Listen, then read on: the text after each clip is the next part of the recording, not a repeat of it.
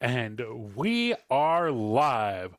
Welcome, folks, to the Arcane Apocalypse, a Dungeons and Dragons live stream where our players are playing as a group of everyday folk. Well, mostly everyday folks who have been flung 8 years into the future, where North America and presumably the whole world has turned into a magical wasteland where monstrosities of all types, from zombies to dragons to massive versions of existing creatures, roam the land, and magic rules the day, having somehow spilled its way into our world. Now, before we jump into the action, let's go ahead and meet our crew, starting here with Nathan and working our way down. Let's find out what's your name, a little bit about who you were before the apocalypse, what are you doing now in the apocalypse, and the icebreaker question of the week. If you were to give a TED Talk, what would be the topic and title? Go on ahead. I'm Nathan. I play Agent Knox. He is a acquisitions agent for the Syngeni Corporation. And in this future, he is manifesting monk-like abilities due to his cybernetic implants from said corporation.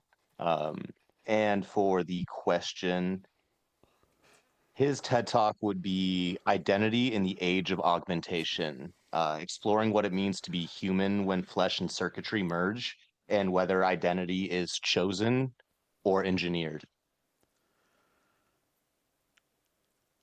I would attend that TED Talk. Period. In End real of life or statement. as Kai9X? Yep. Yeah. Yep. Just yes. Yep. Hi, I'm Ro. Before the apocalypse, I was an elite service bot created by the Syngeni Corporation. And now I am a bard and I do magic and stuff, and I guess currently I'm trying to kill a hag. Well, yes, at this precise moment, absolutely. I've never done a TED Talk, but I did do something called ESB Talk, which was Elite Service Bot Talk. And Ooh. my topic was how to manage powerful personalities. And I got assigned this TED Talk specifically because I spent a summer as the personal assistant to one very mega celebrity. I will leave her name out of this for now. Maybe you can get it out of me later. For now. Probably not, though.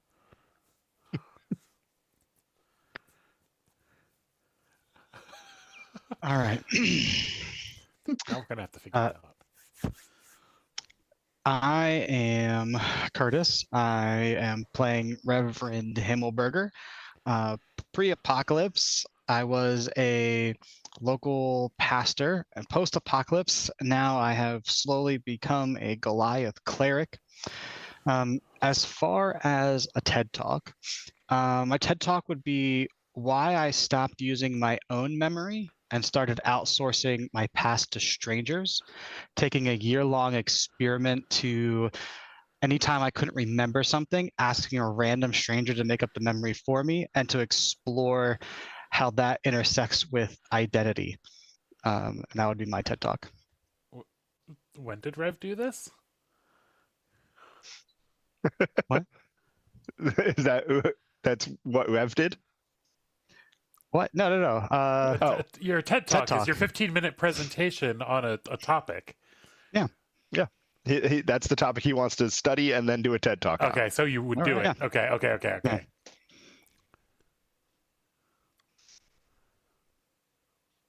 I don't know how to respond to that. It would be a fun, experiment. That's also would. terrifying because false memories are a real thing. Yeah, well, I mean, we make up our memories all the time. So why not just have somebody else make them up for us?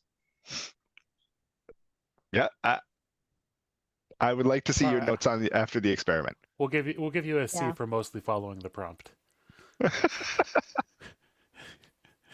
Didn't say you had an hour to go do some random bullshit and then do a TED talk about the bullshit you did. Or a year to go do Wow. some I bullshit. mean, that's kind of a TED talk, isn't Like, it? what would you do now? Like right now, if you're giving a TED talk, Right now, like based on your current and past experiences. I guess if I was to write out the prompt formally and have to give clarifiers. maybe I misunderstood the prompts then. Right now, immediately, I guess I would give a TED talk on. I don't know. I like my TED talk, so I'm just gonna stick with it. That's totally fine. Like I said, I like your totally TED talk, fine. A C is a Grilled passing. cheese. A C is a passing answer. Don't get or a passing grade. Don't get me wrong. Hi, I'm Kyle. I play Kai9X. I was a pile of junk before the apocalypse and afterwards was turned into a functioning automaton focused on finding out the cause and functionality of all this magic that we seem to have access to now. If Kai9X was going to give a TED talk now, it would be called Broadcast from the Pre-Aetheric Age, Predictive Arcana in the Late 20th Century Animation and Film. So specifically diving into how it seems that human creativity has predicted what we are now seeing in the post-apocalyptic world. I would go to that TED talk. Likewise. I'm Dr. Hermes Sanguine, veteran doctor who during the apocalypse is now a human fighter. And if I was going to give a TED talk, I would probably give one with the title, How the Original Fuel for the Ford Model T Could Be the Secret for a Cleaner and Brighter Future for ourselves and our children. Because the original Ford Model Ts ran off of hemp ethanol. I don't know why we ever switched off of it, but hemp ethanol happens to be an extremely green fuel. While it's growing, it takes CO2 out of the atmosphere. When you burn it, it's the same amount right back in. It's not putting CO2 back up there that wasn't already there. Fossil fuels, that's putting up CO2 that's been trapped in the ground. So it's causing a lot of issues. But beyond the fact that it can be used to make textiles, it can be used to make clothing, it can be used to make wood, you can get 6 times more paper or wood out of an acre of hemp than you can with trees. It's kind of a solution for It's so a many really different long problems. title for a TED But- talk. No. That was first part was the title. Second part was the brief summary. giving We him a TED know, talk. we know. We're just kidding. It's just the brief summary. The brief summary. I That was it. gonna That give was it. him a total of 30 seconds. That was it. He was at I was done. 28 when you interrupted, Nathan. I was done. That's where I was done. Sorry. It was Yeah, great. it's- No, it was great. It's a solution for a it's a lot of TED talk. problems. That's a really cool TED talk. I would All do right, that so one I as set well. a maximum of 3 pages for this essay, Chris. Maximum of 3 pages. Oh, man. And you gave me Overachiever 30. minimum. Overachiever. Damn it. I can your cut it paper is more. Your paper is more pages than all of the other papers in the class put together. Look, anything that's worth doing is worth overdoing. So great job, Chris. Hey, there's my boy. Hell yeah. Solid answers from everybody. Yes, for sure. Good answer, Steve. Good answer. Good job all around. And now we're going to be jumping back into the action here. Last time on the Arcane Apocalypse, the squad made our way back to attack and hopefully defeat the Brer Hag, or the Ice Hag, who had killed Dr. Hermes Sanguine's wife, and who would have killed his daughter had it not been for the werewolves who had saved her. Not only that, but the hag had been kind of impersonating his wife and may have tricked him into making out with her. It was a whole thing. But we don't need to bring all of that sort of stuff back up. We know Hermes is in a lot of pain right now, as it is, without having to think about some of those disturbing thoughts. But I mean, he did do it. So, last time as we approached her, we were able to kind of get a little bit of a jump on her and fire off a rapid fire volley of shots and fire bolts of various types. I think it was a scorching ray, if I remember correctly, or No, it was a chromatic orb. chromatic orb. Yes, a flaming chromatic orb. Done some significant damage to her as we busted our way down through the squad. However, as we had fanned out and taken positions kind of near the houses on either side, both K9X and Rev were jumped by a pair of yetis who had been hiding in wait amongst the snowy blizzard. And now, as we get back to the top of the order, before Dr. Hermes Sanguine takes his turn,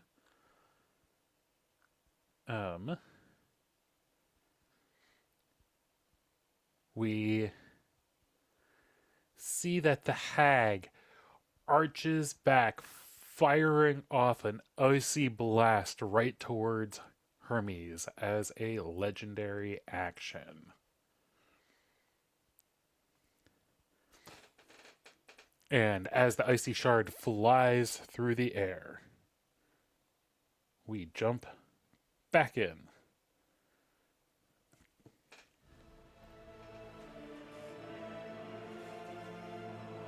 So just to confirm, I am in half cover with the current place when I'm at, right? Okay. Yep. And so the half cover will give you +2 to your armor class. Okay. And there's an icy shard coming my way. Yep. She's firing off a frost blast as a legendary action. So just so you know, sometimes powerful enemies have what are called legendary actions, which basically they can take so many of them after anybody's turn and just kind of interrupt and do an extra. Basically, it's like an extra attack that they can do periodically or several times in a round. I don't think there's anything that I can do extra to prepare. So I'm just nope. I'm just firing. I'm just firing the blast off. That's all. That's all. Is she still bloodied? She was bloodied last time. She was. She appeared to be bloodied. Oh gosh. All right. As you see, she's flickered, and the illusion of her wounds, as she's been playing it up the whole time, how injured she actually was. Okay. In that case, do what I do best.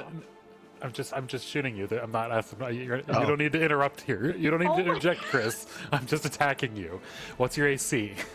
Oh, I thought you. Nope, I'm shooting you. I'm just right. pausing for dramatic effect. And my AC is 19. So yeah, what? Yeah. So she's hitting you with an cover? icy blast, absolutely, and it's going to be for 24 cold damage. Ooh. Oh boy. And then it's your Okay. turn. Hold on. Let me take that out real quick.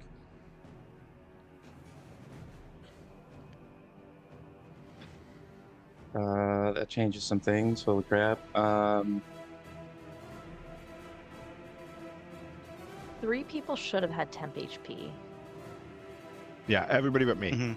But it got Everybody taken but out in Kai. the first icy blast, for me at least. Okay. Yeah, because she did her cone of cold. Okay, good. This is a bonus action. Perfect. What I'm going to do is I assume I have to re-roll that attack. Is it my turn? It is. Yep, it is absolutely your turn now. And I have to re-roll that?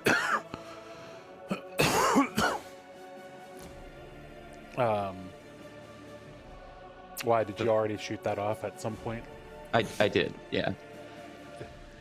Yeah, go ahead and re-roll it. Okay, cool. You'd want to re-roll it anyways. Ooh. Even worse. Here, let me, Crouch I behind do the get, snowy bank, you fire off a shot. hold on. I get 2 attacks. Yeah, So let's- yeah. So as you fire off the first shot and it whiffs, whizzing by through the air, the sounds of the bullet absorbed by the cold, icy snow. The second shot however, does ring true, shrieking straight across and actually catching her this time for a whopping 5 damage. And I'm going to add 3 damage to that with my goading attack, which he has to pass a Wisdom DC 14 check for disadvantage on everybody except for me. And then for a bonus action, I'm going to use she failed Second that. Wind.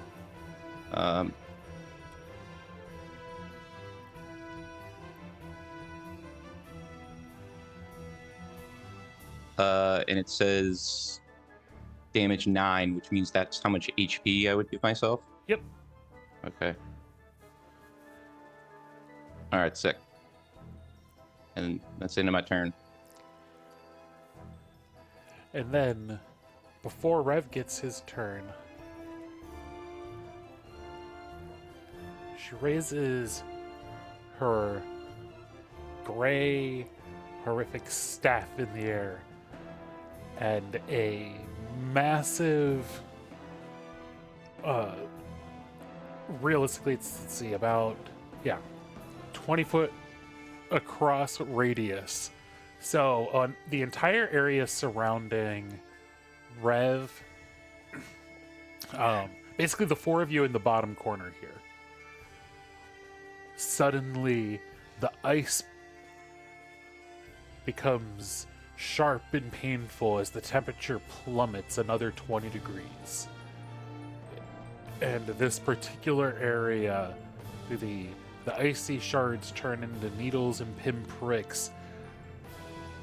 Almost, you can feel your eyes being singed by the cold. And everybody in that area everything in there is considered lightly obscured. And when you start your turn there, you will be blinded until the next initiative count of 20. Okay, and do we have a visual of where that space is? That... Yep, I'm about to give you a circle. Yeah. Okay, awesome.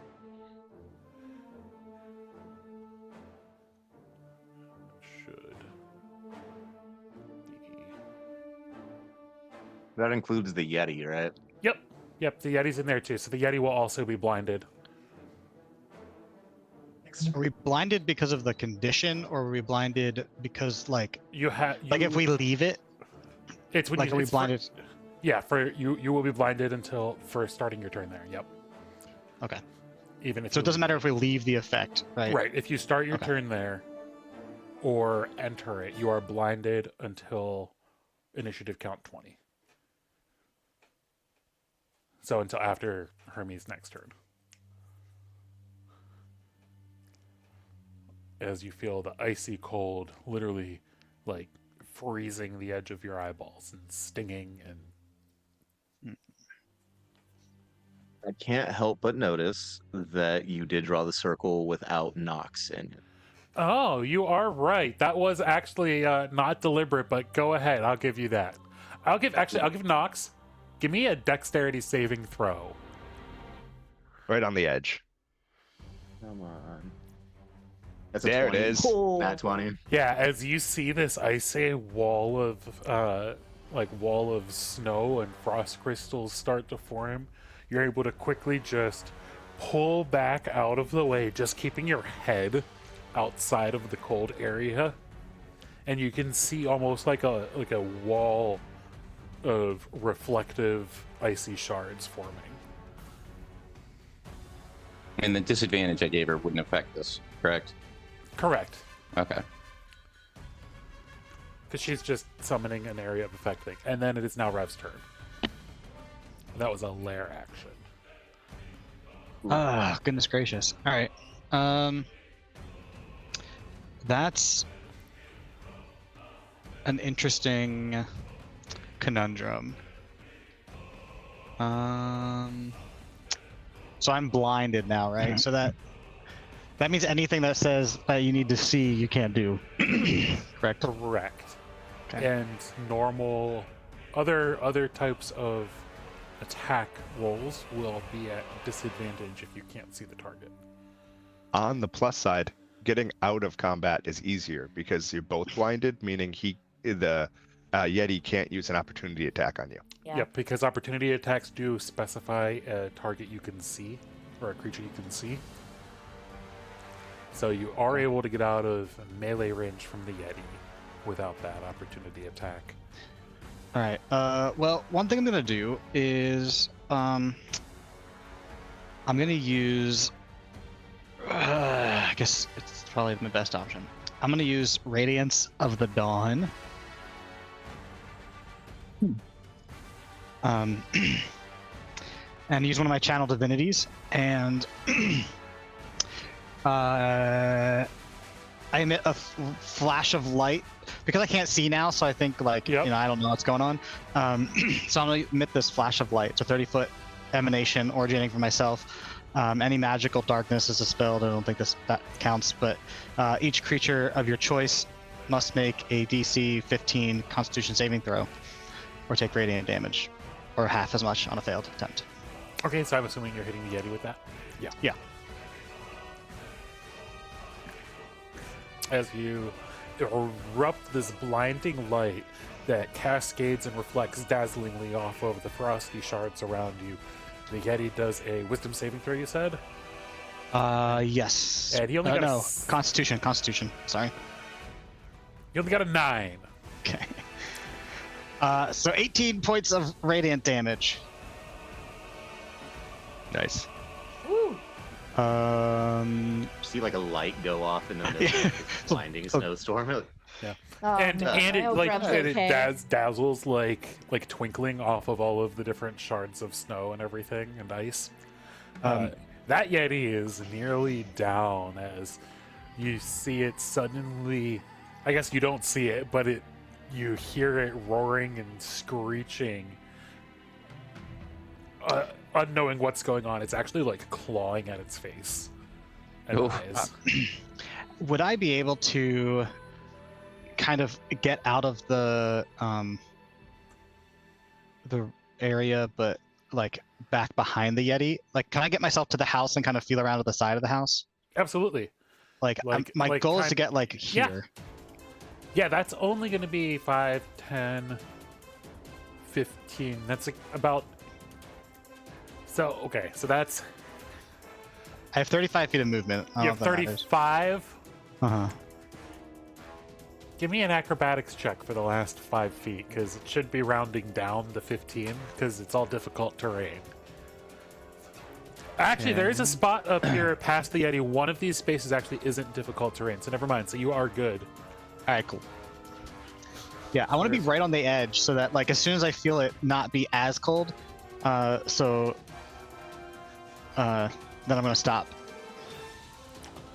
Yeah, so you're like kind of stumbling your way quickly, like trunching through the snow. You feel it kind of clear up a little and catch a hand on the edge of the house, and you're able to work your way around the edge of the house quickly until you're just outside of the storm. You're still in an entire area with lots of difficult terrain, and it is still snowing. It's just not this particularly bad zone. I think that's everything for right now. The only other question I have is, what is the height of the building next to me? The bottom corner of the roof just above you is... Like the peak. The peak? Yeah. The peak is about 30 feet. Perfect. Okay, I'm all done.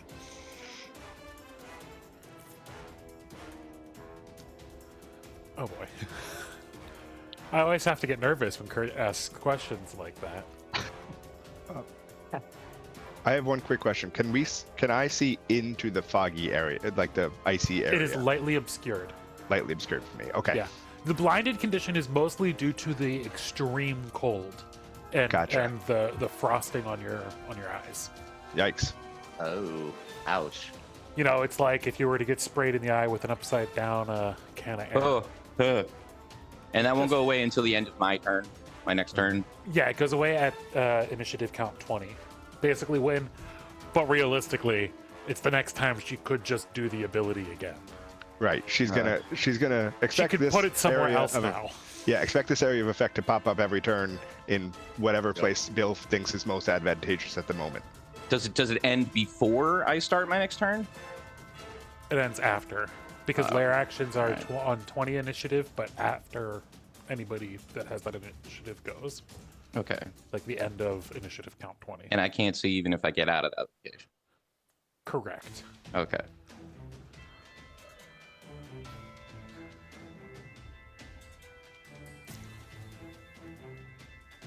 All right, Ro. Okay. I would like to move just outside, up 15, basically 15 feet to the right in front of Bobo.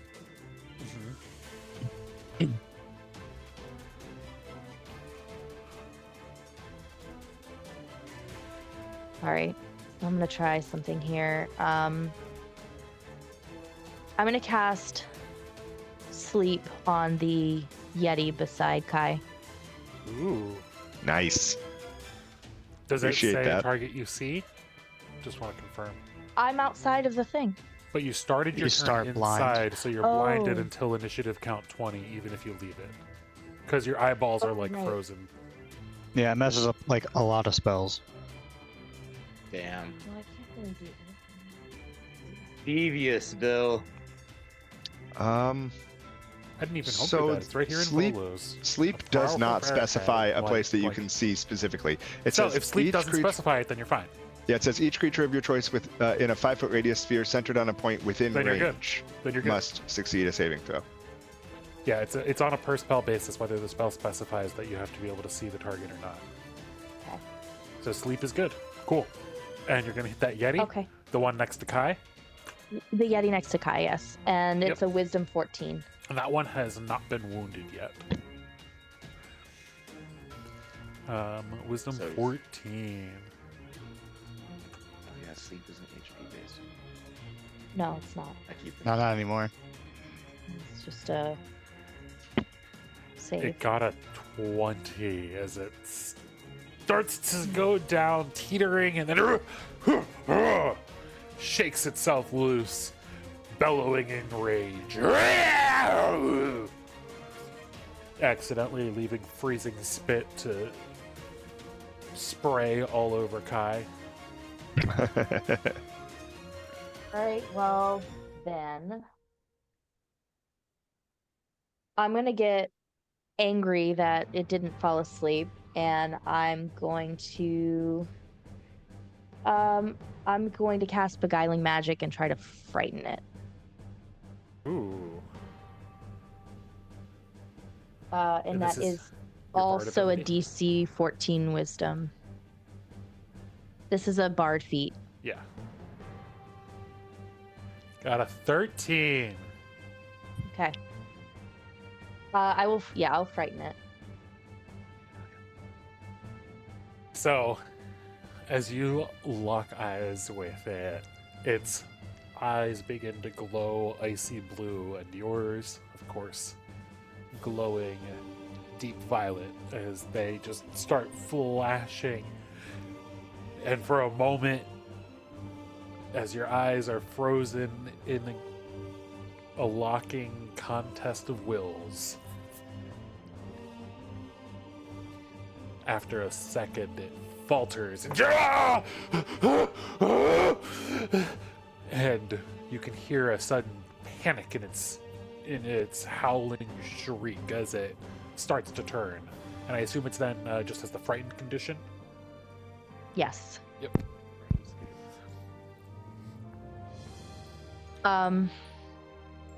And then I will bonus action.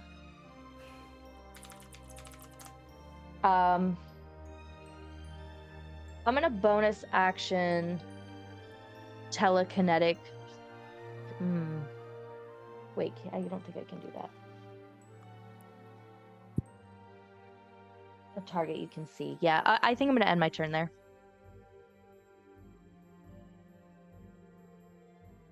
And then it's the hag's turn.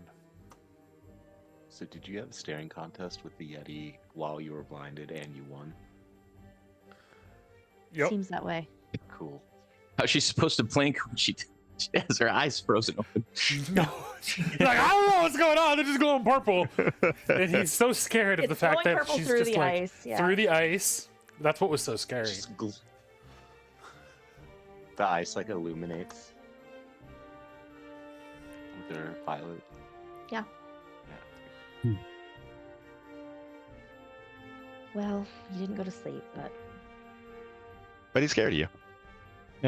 Fighting's better than nothing. Yep. Mm. Way better. Mm-hmm. Dang right, mate. What? I think Chris just had a seizure. Yeah, dang right, mate. I think he's doing Boomhauer. Yeah, that's Yeah. exactly what he was Mhm. doing. Dang right, mate. I don't know what that is. The character from King of the Hill. He No, I'm speaks. Ro. I'm being Ro. Okay. I'm dumb. Radius on that. Masterpiece of stuff. Yeah. So, Cinema. Moving on. the hag continuing to focus all of her attacks on Hermes, who's drawing her attention, proceeds to raise her staff again, creating another icy, stormy area.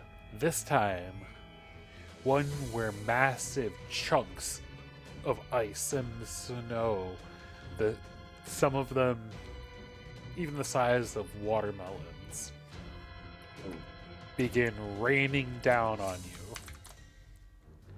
And I'm pulling up the current version of the spell because for whatever reason the stat block links to the legacy version. Okay, there we go. Yeah. So icy hail begins falling, and this is going to be the dark blue. Icy hail. And this is going to be able to catch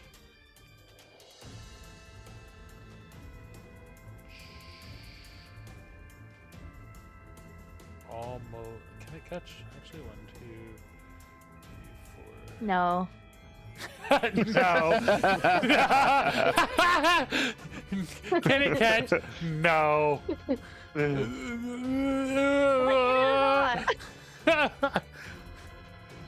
Hold on. Actually, let me get a little red marker and just do a Wow. little loop around row. Just a little. Yelp. Okay. All right, you're playing with my emotions here.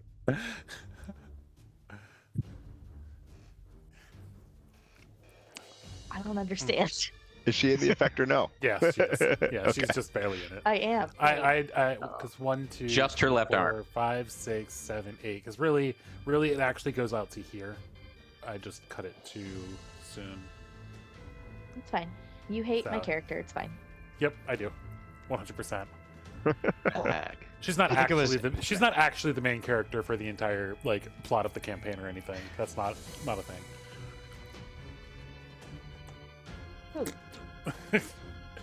Anyway, the two of you who are in there get to make dexterity saving throws as massive chunks of ice begin flying down at you from the sky. Get to. Yes, get to. Get to. Opportunity. This is my favorite. Oh no. Synergize. All right, so 20? Rose succeeds. Am I able to use Tactic Mind again, or did I already use that? Let's see. That would be since your turn. So I got what, 7, and then I'm gonna add this to it, and if it works, so 6. So 7 plus 6, 13. 13 pass. 13. No. No, all right. Then I Passes. didn't expend to use it. So you're going to take So- 13 bludgeoning and 12 cold damage. Hermes. Oof. 13 bludgeoning and 12 cold damage. Yep. 25 damage. Yep. Fortunately, she now has used her 2 largest spells. And on the plus side, you still have tactical mind. Yep. Well, no, it just expends And the Ro, use you'll of, take half of second wind if it goes I don't- through. If it doesn't, then it's fine. Right. I'm just saying you still get that usage. You get it back because it didn't hit. Mm. Mhm. You're not unconscious though, are you? Me? No. Okay. I'm just stuck in an ice storm. Can't see. Kind of rely on my eyes for shooting guns. I mean, If it makes you feel better, Ro would be like 6 feet in the ground. So so wait, the hag's moved now. So Of course. is she still cackling? She's cackling, she's flying around. How do the rules work here? Am I able to shoot at somebody laughing? Are you able to shoot at somebody laughing? So Why wouldn't the- you be allowed? yeah, to answer the question on the rules, the rules say basically yes, but at disadvantage. The way it works is unless she takes the hide action, you're assumed to be able to generally know her position even if you don't physically see her, and so you can shoot at her, but it's at disadvantage. Damn, she's I on the wish I- roof. I wish I. She's not invisible, she's just on the roof. She just flew. She didn't I become wish invisible. I had what's it called?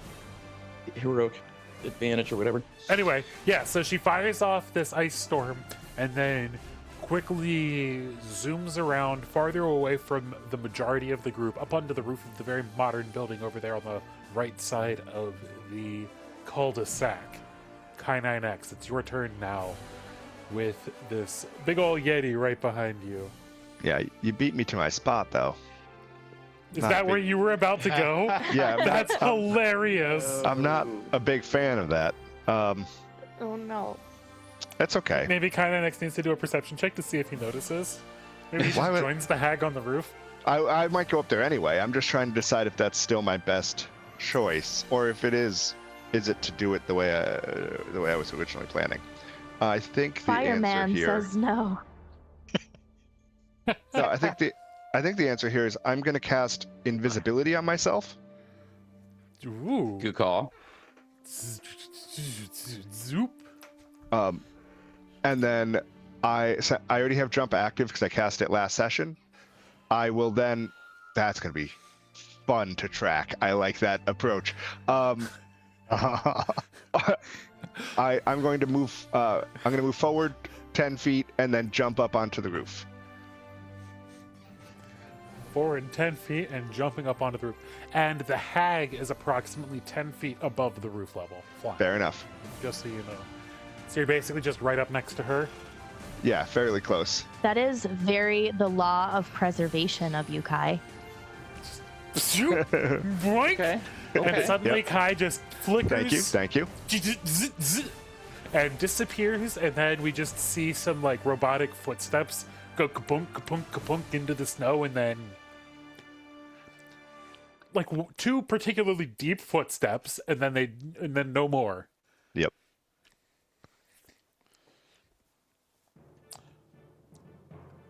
And the monster is suddenly like, "Ah! Ah!" Or the yeti. I should put this back though, because of the circles. And then the yeti that is blinded and wounded swings and attempts to follow Rev. Still blinded, though, it does turn around and attempt to swing at you Okay. at disadvantage as a pair of icy claws frantically come towards you. Your AC is probably better than 19. the first number, but not better than the second hit, as it just barely manages to catch you with its second icy claw, dealing 7 slashing and 2 cold damage. Could be worse. And it can't do its chilling gaze ability because it can't see you.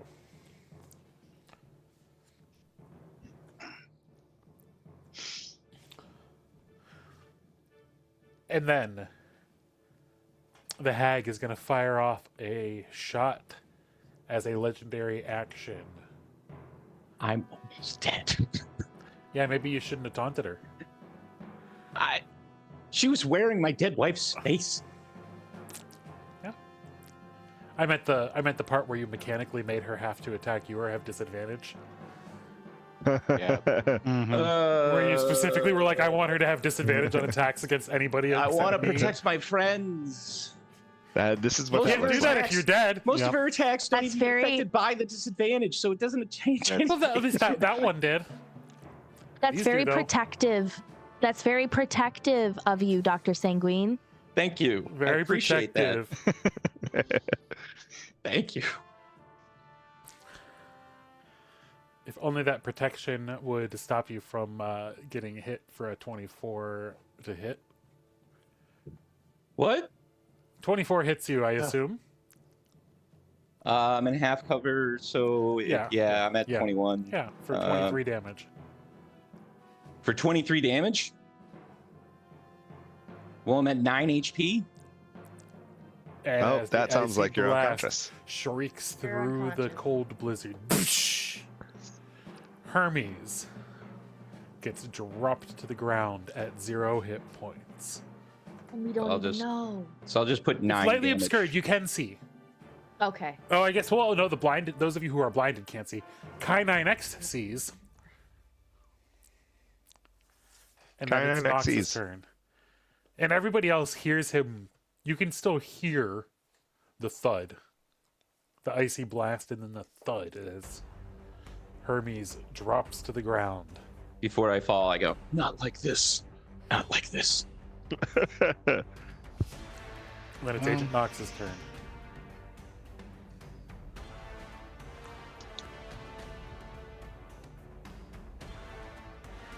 All right. Protocol dictates the isolation of threats before first aid can be administered. So, Nox is going to watch Sanguine go down and watch Rev get swung on. And, yeah, Nox is going to run up to the Yeti. Is the Yeti fully in the obscuring blizzard coldness? It is right on the edge. Okay, is there a way I can stand on the edge and melee attack him? Yeah, absolutely. You could just go stand Cool. right next to Rev. Sweet, yeah. I'll run up.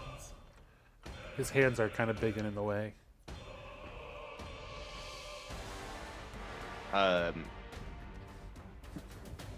Lightly, you said lightly obscured, so is this disadvantage? No. Okay. Lightly obscured would be disadvantage on like perception checks, but not attacks, I'm pretty sure. Okay, cool. Alright. So first attack, I think heavily obscured would be disadvantage on attacks. does a 14 hit? 14 absolutely hits. Alright. So the first one, that's 11 damage. Yeah, as you rush up, how do you do it?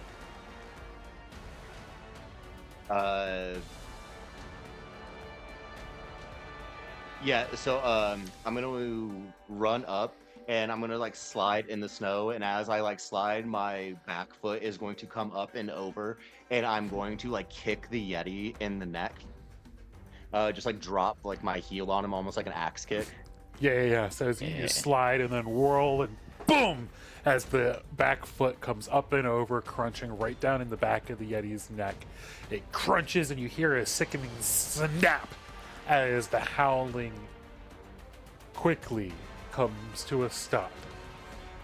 As that Yeti is now defeated.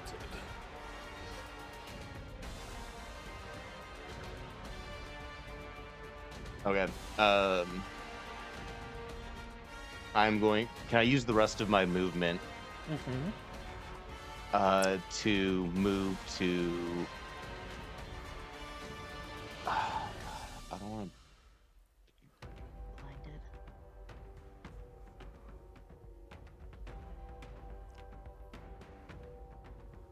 Can I see where the hag went? Oh, or is Yeah, this, she's up is on this the roof. blob? Yeah, no, I'm on the Oh. other side of like the obscuring Oh, yeah, mist, yeah. though. Can I? So you started your turn inside it, right? Oh no, you weren't inside it. That's what we determined. No, Yeah. on the So yeah, edge. you can. It's lightly obscured. So go ahead and give me a perception check. I'll say to see if you can tell exactly. You know which way she went. Like you saw her head up towards that roof. Dirty 20. Yeah. You can see like it's a little hazy, but you can make out the dark hooded figure. I mean, she's wearing like black robes and flying. So yeah, you can see like that shadowy flying figure up in the air above that house. All right, so yeah, with knowing where she is and seeing all the like shots just get rained on Sanguine, Nox is going to use the rest of his movement to get as close to Sanguine as he can, and end my turn there. I have 40 feet of movement minus what I used to get to the Yeti. Okay, it was probably 15. So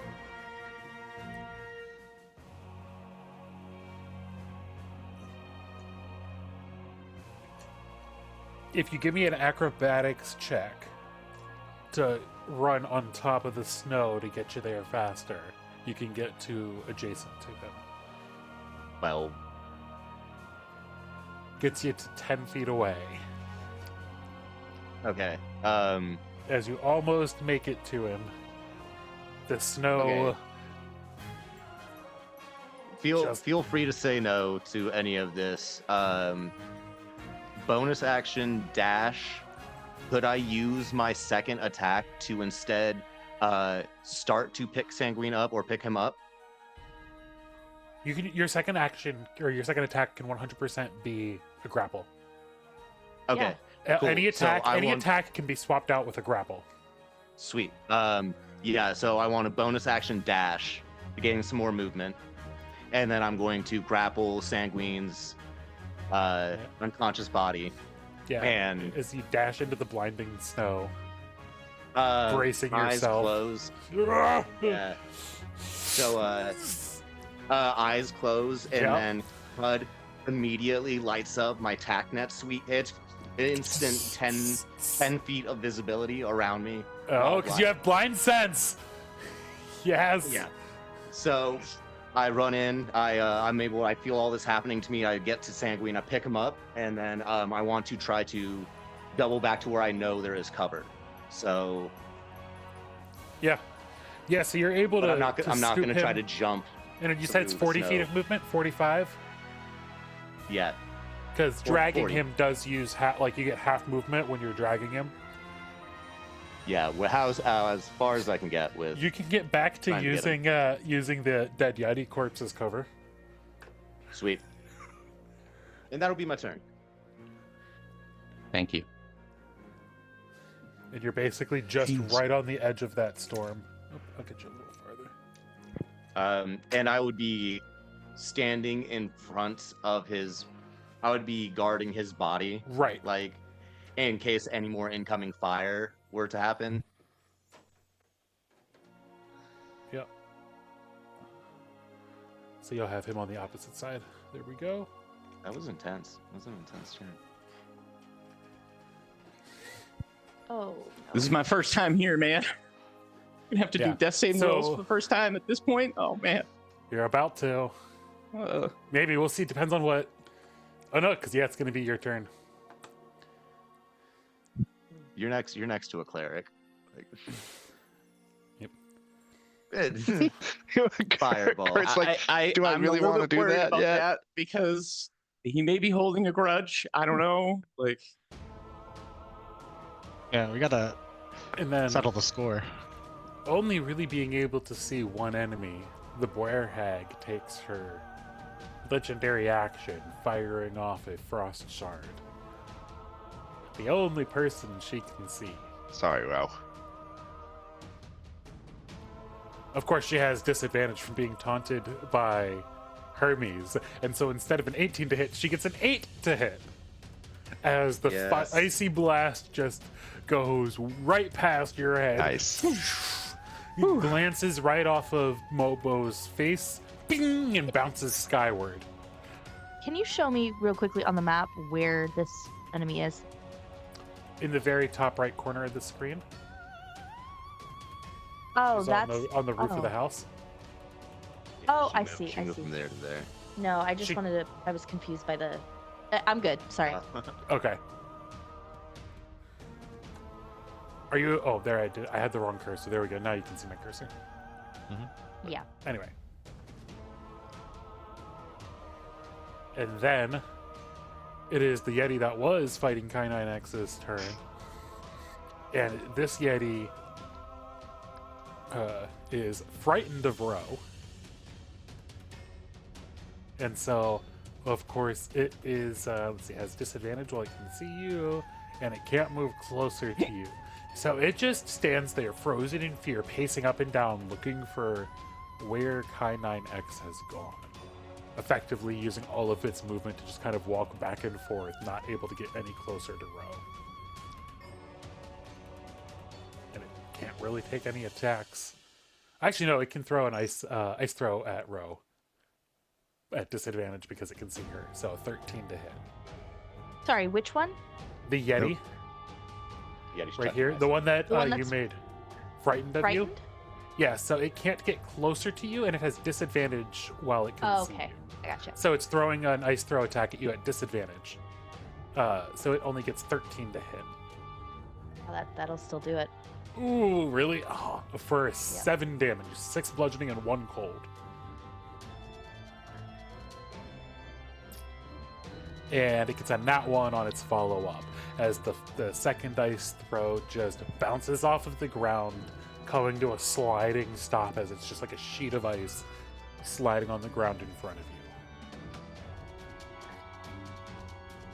And then we are finally to Dr. Hermes Sanguine. In your intense back and forth fight with the hag, she's finally downed you, and as you slowly feel your consciousness slipping away, you're dragged off out to the edge of the storm. Go ahead and roll your first death saving throw. It should give you the option to do it up there in the top corner, where it says failures and successes. So just click on death saves. Yep. And there should be like a button to click in the middle somewhere there to roll one. And that's a got 12. 12, so that is 1 step closer to stable as you slowly are bleeding out. Do I get one roll, or do I Yep, just you keep just get going? one roll, that's Once your per turn. Okay. And a nat 1 counts as 2 fails. A nat 20, you're automatically back up with 1 hit point. Okay. Rev. Oh, sorry. So the ice storm. She does move the ice storm before. I apologize.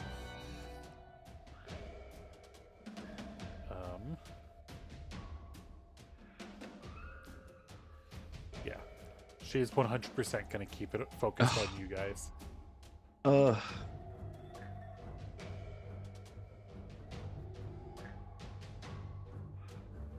Nice.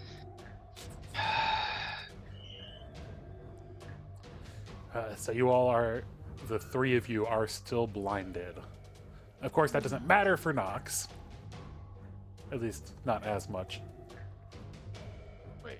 All right, No, Rev. Hmm. Blinded, but you can feel that and tell that Nox has dragged the unconscious Hermes over right next to you. As the Yeti is downed. What are we doing?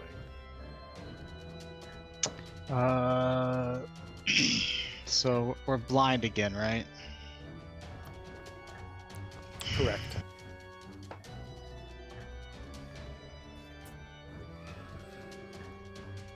There's not a lot that I can do. You don't have any touch healing? I'm almost dead, man. We don't have any of those pouches? Mr. Stark, I don't feel so good. Oh, no. Don't. Well, I'm gonna Really use. for that. Too early. It's been like 10 years, bro. no, too early for him. He's not dead yet. Oh, I thought you meant it's too early for that joke, and I'm like too soon. I'm like, what? I took Endgame really hard. You can be both, brother. Honestly, Took Marvel this hasn't game done the pretty same hard. sense, but that's beside the All right. point. We're not going there. I would like to use. Sorry, Doc. Use I can't do sorry? anything. I can't do anything blind at all. So for right now, you're on your own. And I don't even know that you're there because I've been blind this whole time. So, You just like hear some sounds in the snow next to you. I'm gonna kind of like charge in reckless abandon style to just try to get out of this thing, because I'm a little bit confused at this point. But I'm gonna use my action and my movement. I'm gonna dash and I'm gonna try to like run toward where I think the hag is. Sure. So that'll get you your full 35 feet So I have of 70, movement by dashing. 70 feet total. My goal is to not be in this anymore and as close to the hag as possible. Well, it's a 20-foot radius, and you're on the far side of it, so... Well, okay, so if I can, So you can get like... You can get like to there. sure, that's good enough. Yeah, you can like that. That gets you just outside the edge of it. Well, can I get to like this edge of it? Yeah. That's just less close towards the hag, but absolutely. So you come around and run, following along the front edge of the house. Yeah. But as I like kind of finish, as I'm running, I'm gonna cast Sanctuary on myself.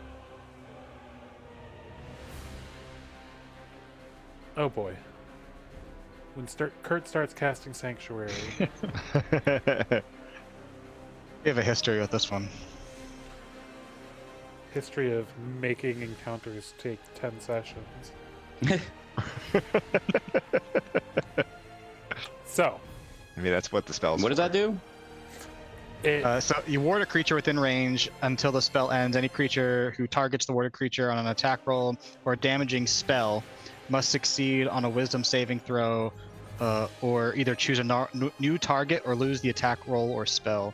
The spell doesn't protect the warded creature from areas of effect.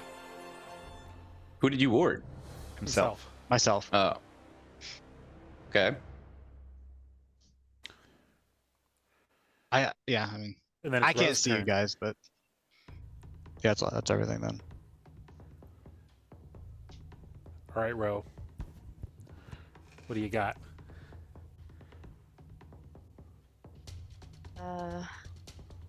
Okay. The first thing I'm gonna do is look toward.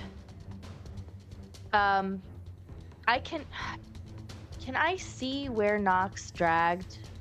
Yes, it's lightly obscured, but you Okay. can still see. Could I target him from where he is? Yep. From where I am. Yeah, you can see both Okay. him and Hermes. 40, 45, 50, 56. Okay, I can do it. I'm gonna bonus action healing word. Doc. All right. So what are you saying? What is the word? This time it's gonna be not protocol, and like I'm breaking protocol to heal Dr. Sanguine, and it'll just be like a surge of like like the same kind of color. Yep. The purple energy. Yeah. The rose signature. Yes, and that is 1 second. See, I thought you meant maybe not protocol, that it's not protocol for Hermes to go unconscious.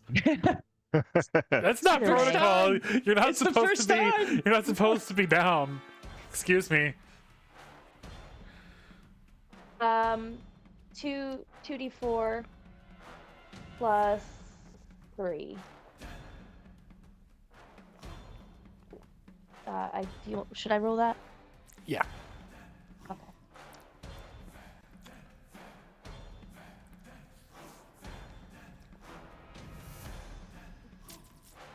Seven. And you get 7 hit points.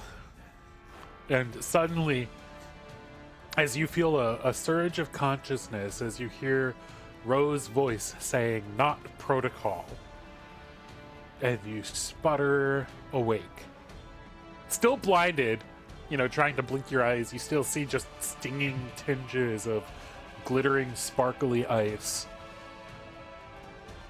So, I assume I go to 7 hit points. death saves and add 7 health.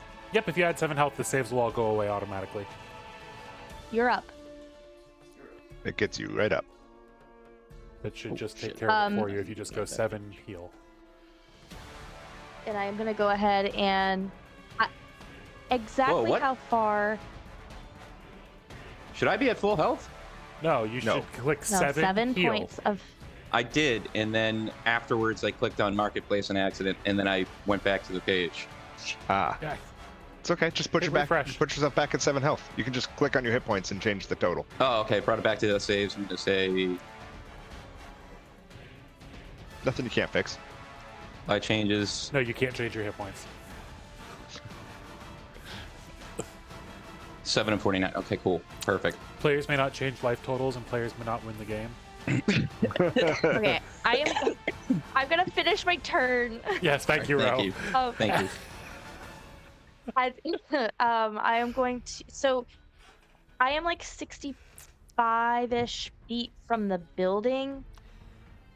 How Yeah, far she's on up? the front edge of the building. Let me, 1, 2, 3, 4. Like, how far... I just need to know that I can hit her. Yes, you can. She's 60. She counts as 60 feet from you because the vertical distance is less than the horizontal, so we just use the horizontal distance. Like, we don't have to worry about, like, diagonals for vertical distances. Because she is currently, this roof is 25 feet tall, so she's 35 feet off the ground currently. Alright, well the first... Everybody in that... Except for Kai, I guess. Oh boy, I feel very alone. Okay. I am going to... You are alone, except for Klombo behind you asleep.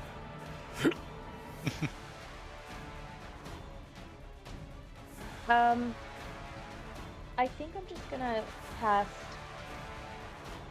Oh no, there's nobody to follow me with this. Okay. I'm just gonna try this again, I guess. I'm gonna try to see if I can get her to fall asleep. Her or the Yeti?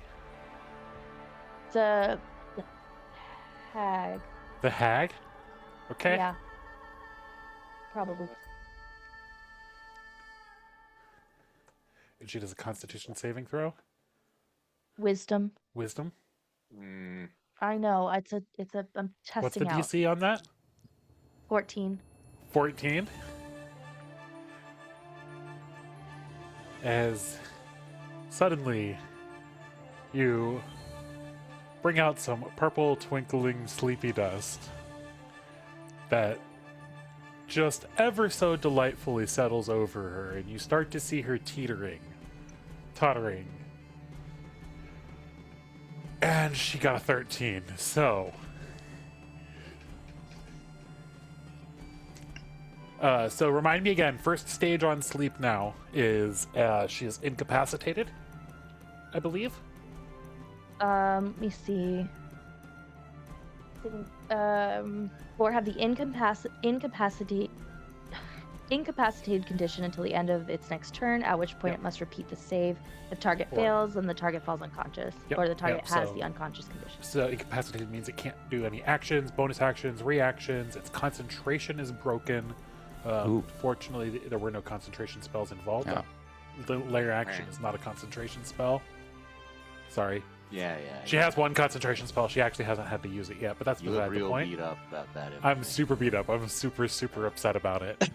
She also can't talk, and she can't be surprised. Or she is surprised, but whatever. That doesn't matter. All right, and with that, Ro has dropped the hag to being incapacitated. Oh, look, who's next? Hag's turn. So now it loses its turn. It's going to make the save again. And if it fails, That's It's asleep. No more saves. What if it succeeds? It wakes up completely? Like there's no Yes. in between? Correct. Oh, no. Got a 20. Ooh, I don't think it did though. I don't think that's how that happened. Silvery barbs. Okay.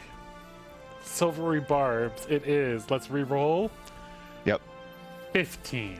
I did my best. Can could I silvery barbs also? Do you have silvery barbs? Yes, when we leveled up, I switched my first level spell to Can you silvery see? Do you have to be able to see the target? barbs. I'm not in the. Maybe. You started your turn in it, Yeah. or you went through it. Does silvery barbs say target you can see? Yeah, you can see Probably. within range. Yep. Never mind. Gosh darn it. It was so close. So close. She did lose her turn though, which is big. Because, Yeah. with her blasts doing, in the realm of like 25-ish damage each or more. And she gets multiples of those on her turn. It does mean I'm no longer invisible. I did cast. Yes, silvery I was going to barbs. say, I was just about to ask that. Yep. Oh, man. So she loses her turn as she just barely manages. It's a good try. Hey, Worth a shot. it's an extra Hell turn. yeah. Worth a first level spell slot to try anyway. A first level spell Yeah. slot. And then it is now Damage K9X's mitigation. turn immediately as he suddenly tries to make the hag fail the save and doesn't quite get there. Yeah. I'm gonna step back and say, "Stop attacking my friends!" And I'm gonna cast Sleep myself. Oh, fuck off. There we go. It's the same. Is it the same DC? No, What is it? DC 15. Bombard him with checks. Wisdom saving throw DC 15. Yes. 25. Damn. Again, worth Actually, a no, shot. 20. Yeah, 24. Sorry, it was a nat 20. I just want it to. It ain't gonna happen, y'all. This hag does not need a nap. Almost. You almost had me. I mean, keep That's very- trying. It's very calculating. except Very except calculating. for Thank you. she is going to fire off a frost shard at you, even though it's at disadvantage because you're in melee range. Okay, only an 11 to hit as the blast goes wide right past your head, K9X. And then we have Dead Yeti. And then I am gonna take a couple of steps back toward the just deeper into the roof. I don't want to be so Oh. close to the edge. Then I guess she wouldn't have disadvantage on the attack because she's doing that at the end of your turn. Oh, But at the end it of. still misses. Yeah, because it's a legendary Okay. actions are Fair after enough. your turn. Fair enough. I just Makes thought sense. you were done. Yep. Because you do provoke an opportunity attack then. She's 10 feet up. I'm not within melee range of her. Oh, then I guess it doesn't count as disadvantage anyways. Right. I was thinking 5 feet up for some reason because your model is tall. Yeah. The hat. All right. The hat makes you look tall. Swiping at the hat. So you back up to there. Yeah. Or- Perfect. Yeah, as you creep back through the snow over the roof, back away from her a bit. She does fire off a blast at you as a legendary action as it whizzes by completely harmlessly. Nox, what do you do? Seeing the mayhem go. I guess you're still inside the thing, but blind sight. I got 10 feet. Oh, okay, so you can't see that, but you can. Yeah. I see Sanguine get healed up Yep. magically, right? Yep, absolutely. All right. I'm going to, like an 80s movie, reach my hand down, clasp his forearm, and pull him back up and be like, "Fight's not over, man. Let's get back in there." So I want to get you up off the ground. Mm-hmm. And I can't really do anything else for you. So I So am going I'll let to- you. That will count. If you want to actually mechanically help get him up, so he doesn't have to do it Yeah. on his turn, that will count as one of your attacks. Yeah. So, Okay, cool. That's it's what I was it's I'll count it as like a shove action, essentially. Yeah, that sounds good. Thank you. Same as knock him over, but get him up. Yeah. Muchas gracias, mi amigo. And All right. Yeah. Stay safe, and then I'm going to I'm going to book it through Uh-huh. as much as I can. Bonus action Yeah. dash, and And there is now that cleared section you can kind of see, where there's like a path yeah. that's not difficult terrain there now at this point. I want to run up to the very edge of the obscured area. Staying inside it? Yeah.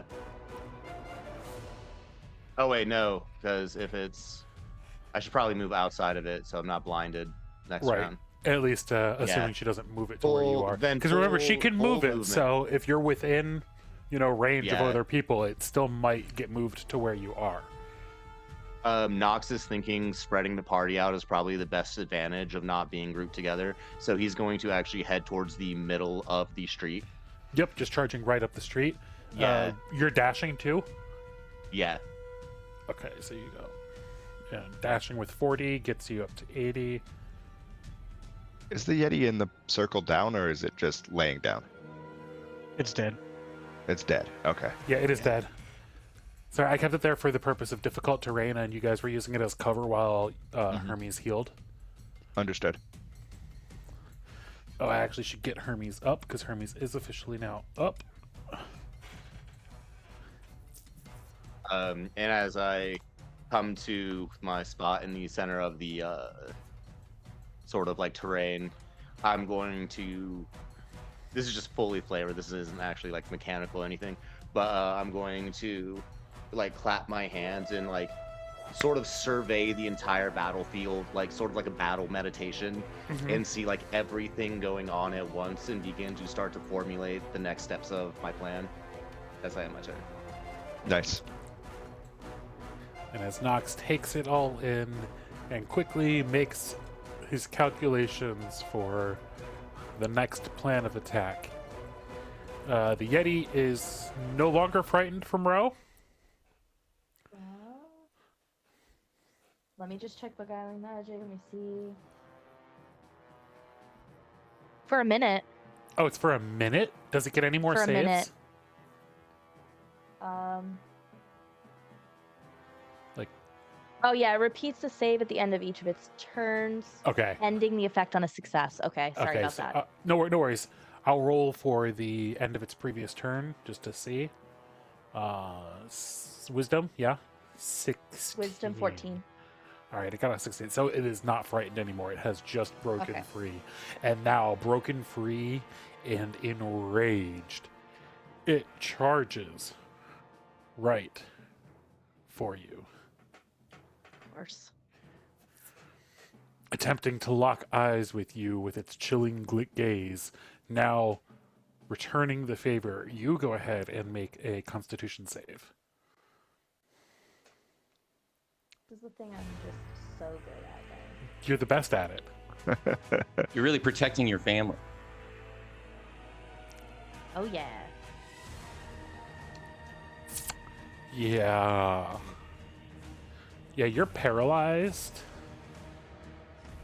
as its icy stare has frozen you in place magically. Almost like a sort of stronger version of what you just did to it.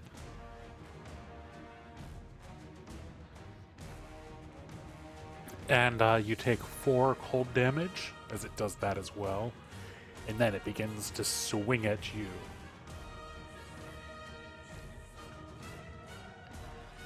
Oh, paralyzed means it has advantage. And with its 2 frantic attacks, the first one for 9 damage, it's going to be 5 slashing and 4 cold damage. It clocks you with an 18 to hit. And then the second one, a 25 to hit. For that one's going to be 9 and 3 for 12 damage total as Ro drops to the ground.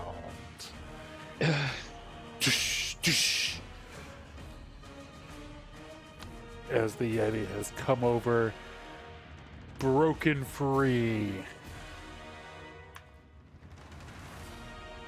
And Ro now drops. camera pans back across to Hermes Sanguine, up on his feet, blinded, but ready to jump back into the action. And that is where we will pick up after our break here on the Arcane Apocalypse. Bye.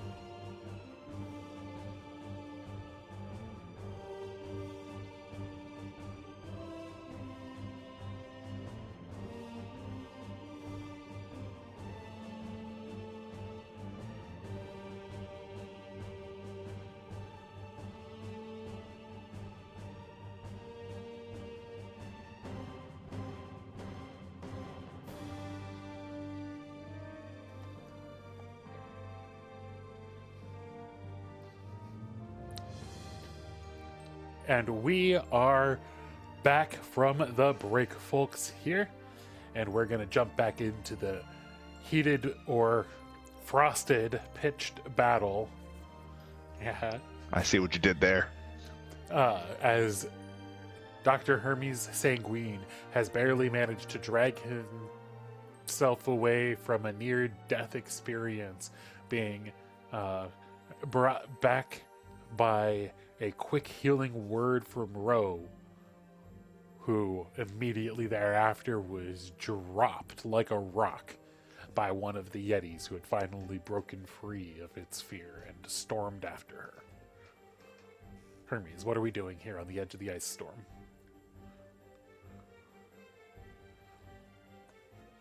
You're on mute. Oh, I'm sorry, I was stuck. All right, now that I'm up, I'm gonna take cover behind the house there, Yep, just off screen. charging around off screen behind the corner of the house. And since I've done it 1,000 times, I could probably do it with my eyes closed. That's what I'm going to pretty much have to do this time. I'm going to use my medical kit to heal myself real quick, which I believe was a D10. As a fighter, your dice is a D12, right? Or, no, it is a D10. Barbarians are the only D12s. Okay, D10. All right, that's a 10 plus 3, so that's 13. All right, so you quickly patch yourself up, And wrapping then some bandages around several of the wounds, pulling the gauze tight. 13 health. heal, and then I'm going to second wind for good measure. Just taking some deep breaths. So 10. Another 10 hit points back. And so suddenly you went from 0 to 30 hit points in rapid succession. And I don't think there's much else that I can do for right now, so I think I'm just gonna hang tight, Yep. Hanging wait tight. for the blindness to wear off. And then the ice storm moves. I'm going to actually...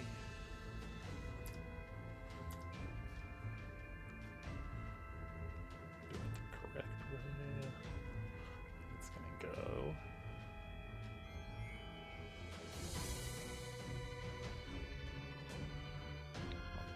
Ah, the circle tool. Yeah, I'm doing it correctly. Which means 1, 2, 3, 4, 5, 6, 7, 8.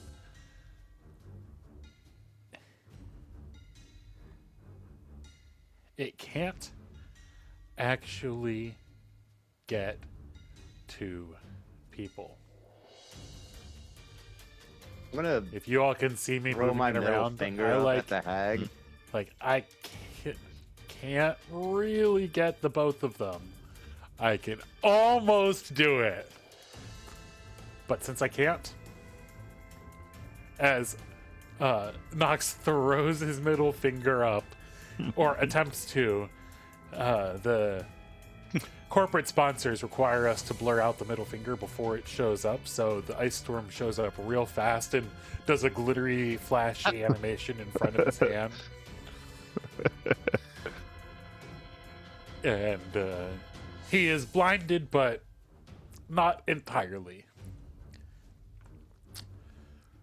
And then, Rev, finally, you can see again. And Sanguine, you can also see again, but it is Rev's turn. For Alright. the first time this fight, being able to see practically. I've done a couple things. All right. Well, now that I can see, I am all of a sudden it's like a miracle, but I'm gonna like get my bearing real quick just to try to figure out where I actually am because I didn't know. But I'm gonna see the building behind me, and I'm gonna use Cloud Jaunt, which is basically a 30-foot teleport, and I want to teleport to the top of the roof of the building behind me. Yep, up onto the peak. And as I like disappear and reappear on the top of the roof, I'm gonna yell to the hag, and be like, I'm just pretty far, so I'm gonna have to like really yell it. But I'm gonna yell, "Hey hag, have you ever read the ancient scriptures? And I don't know. What is he gonna say? Whose? I've read most of them. Well, I don't know, but you're probably not gonna like this part. You only have to get about 3 sentences in, but and then I'm gonna say in. I guess it's technically we decided it's giant, but Hebrew, I'm gonna say Yehi or, which means let there be light, and then I'm gonna cast fireball. Yeah. I'm assuming centered on. In the position that's not gonna hit Kai also. I did step back. Yeah, you're about 15 feet behind, and it's what, a 20 foot radius? So you're firing off for it to blast like 10 feet in front of her. And it's up in the air, so it's not going to hit. No, it's not great damage. Almost gets the edge of Kai's hat. It's just like. But yeah, so it's dexterity save, DC 15. She got a 22. It's okay, just take half damage. I just wanted to cast fireball, you know? And she'll take 11 fire damage as the first fireball of the game goes off less than spectacularly, seeming to be tampered by the cold, frigid air. However, she is now bloodied, and the race is on. Can I try to, like, scurry down to the chimney and kind of hide behind the chimney? Yes, on the back side of the roof there. Oh yeah, because you haven't used your actual movement. You just did the teleportability. Yeah, absolutely. Yep. So, that's everything. I guess it's not that important, but if she speaks giants or not, I don't know if hags do. She does. Then she would theoretically understand. Does. And so nobody else knows, but if she does, then that's great, because then I just but I would have like said most of it in Hebrew, but yeah, that's another reason why because she understood, she knew exactly what you were about to do. She's like, oh, hold on, I need to recoil for this ahead of time. You're like the anime character who decides to shout out their move before you do it, and you're like, you pause and wind up and then hit. And it's like, it's okay. Well, this is... And then she quickly counters back by firing off an icy blast, a frost shard that absolutely whiffs as it just crashes right into the front of the chimney as you've ducked behind it. I'm gonna like poke my head back out real quick, just like, and then go back. And then it's Ro's turn. Unconscious with a yeti above you. Sorry, Ro. Okay. Oh, right. I have to make a save. That's it. What is that? Just a D20? That's a D20. Yeah. If you'd, yeah. It should be up there in the saving throw section. There should be like a roller for it as well. 10 or higher.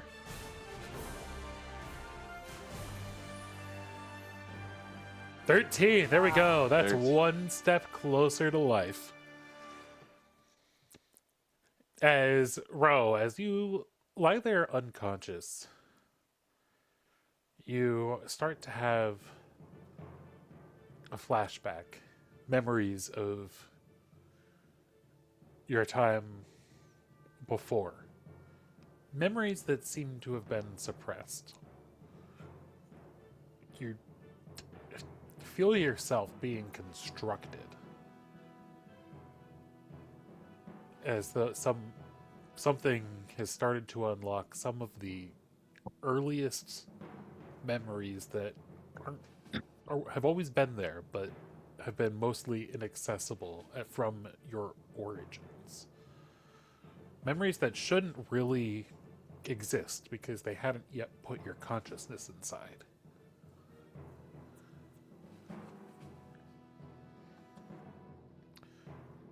as you see or feel components being screwed and bolted in. And then we suddenly flash back to the present day, the world around us, as the hag cackles and laughs. Whirling around, she fires off a surprise shot right at Kai9X's face. Hey, now that's not very nice. Your AC is what, 15? Yeah, she's gonna hit. Yeah, I'll shield. I can't. I am gonna eat it. Alright, good, because it was a 20 to hit. Okay. So it just perfectly broke through anyways. You're gonna eat it, except for here's a problem. It is 40 cold damage. No fucking way. Is it really? Yeah. Okay, well, I am unconscious. Oh my gosh. She rolled like max dice on most of the dice.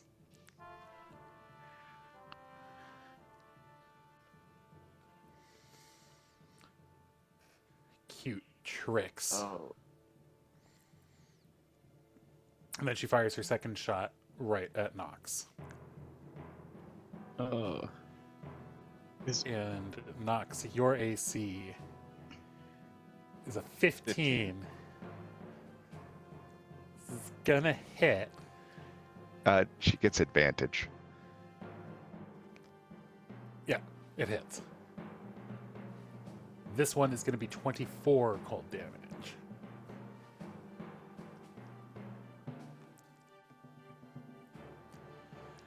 And she begins cackling with laughter, seeing the bodies dropping around her. And then it is Kai9X's turn. Okay, I'll make my death saving throw. Guys. Fingers crossed. Remember, you got that heroic inspiration. Yeah, I'm gonna have to use that. Yeah, you do. Oh man. Oh, I didn't even see what he rolled. I rolled a natural 1. Oh, okay. I'm gonna Good time to use it. don't. So there we go. Roll it again, and I got a 14 that time. Seems better. So Yeah. heroic inspiration for the win there. That's the end of my turn. Yeah. And you hear a voice. That of the great Leo. Echoing almost as though through your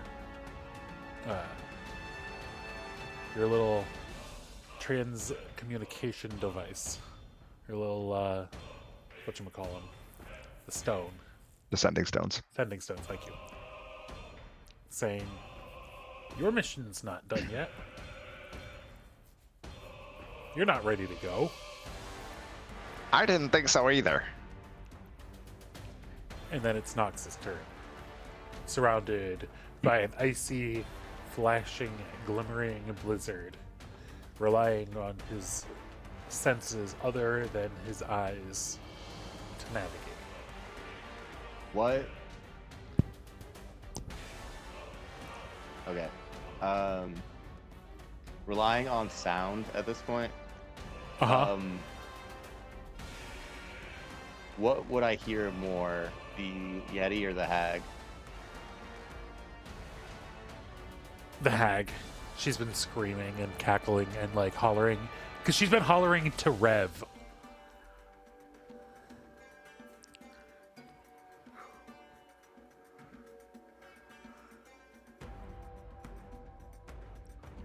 I didn't see Ro go but down because I was blinded. You also didn't see Kai go down.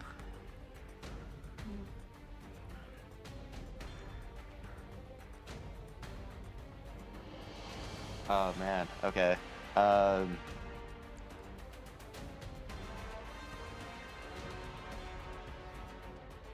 All right. I'm gonna run to the south. I'm gonna run God, did I ever see Ro over there? Yeah, that's where she's been the whole fight. Okay. She hasn't really hardly moved from that little kind of area in front of Bobo. Bobo. All right. Bobo the In Combo. Nox's head, he's trying to keep her distracted by moving around Yep. and tanking damage. So what he's going to do is stay visible, and he's going to dash back down to the south, and he is going to head towards Ro. But I feel like I wouldn't know exactly where she's at. So you would, because you would have heard where she's gone down from. Even though, so your blind sight only will get you like precision once you're within range for the blind sight to kick in. But unless people are doing things stealthily, even if you can't see them, it's assumed that you still know where the thing is happening. Unless they're going to do like stealth actions or whatever. So like you would have heard exactly which I also direction. screamed not she like did. this Yeah. when I went down. Yeah. Okay. So like you would have heard that not like this. And like That's you all would I have need. like that's the exact like you can pinpoint that exact direction. I also screamed, not like this, when I went down. Did you really the exact same way? Got stereo up in here. Yeah, so Nox is going to book it towards Ro. The main like road area down once you get down clear is clear there. You know, that's where Bobo had kind of walked around previously and cleared out lots of the big area, snow area while you guys were inside. Cool. Oh,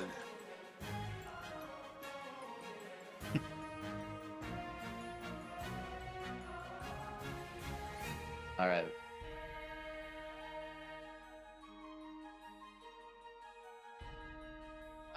Yeah, I'm sorry, guys. I know this is taking forever. Yeah, so I roll down, and I'm going to pull the Omni Gel out from the cabin that I got. And as I'm like running up, I am going to jump up, and I'm going to kick this Yeti in the face.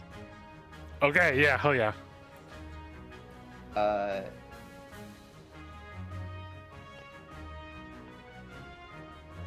I'm gonna heroic inspiration that.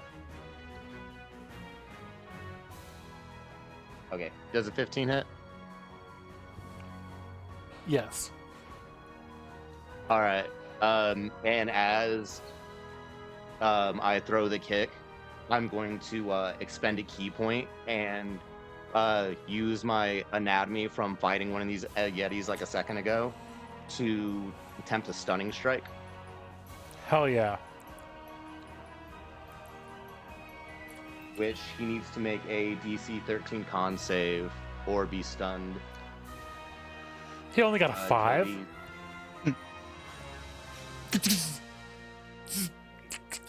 Stick that in your juice box and suck it. So as I jump up and I kick him, just like square in the chest, it stops my momentum from running, and I land like really calmly. I'm like, I'll be with you in a second. And then I'm going to use my remaining actions to administer the Omni Gel to Ro.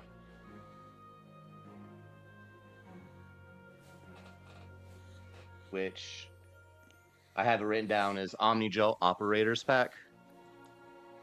That's what I was using him as. And then The Omnigel Operators Pack. yeah. So you gain 9 health from that. Ooh. That was a pretty good Omnigel. Ezra, as your vision suddenly floods away and the present comes back, regaining the 9 hit points from the Omnigel.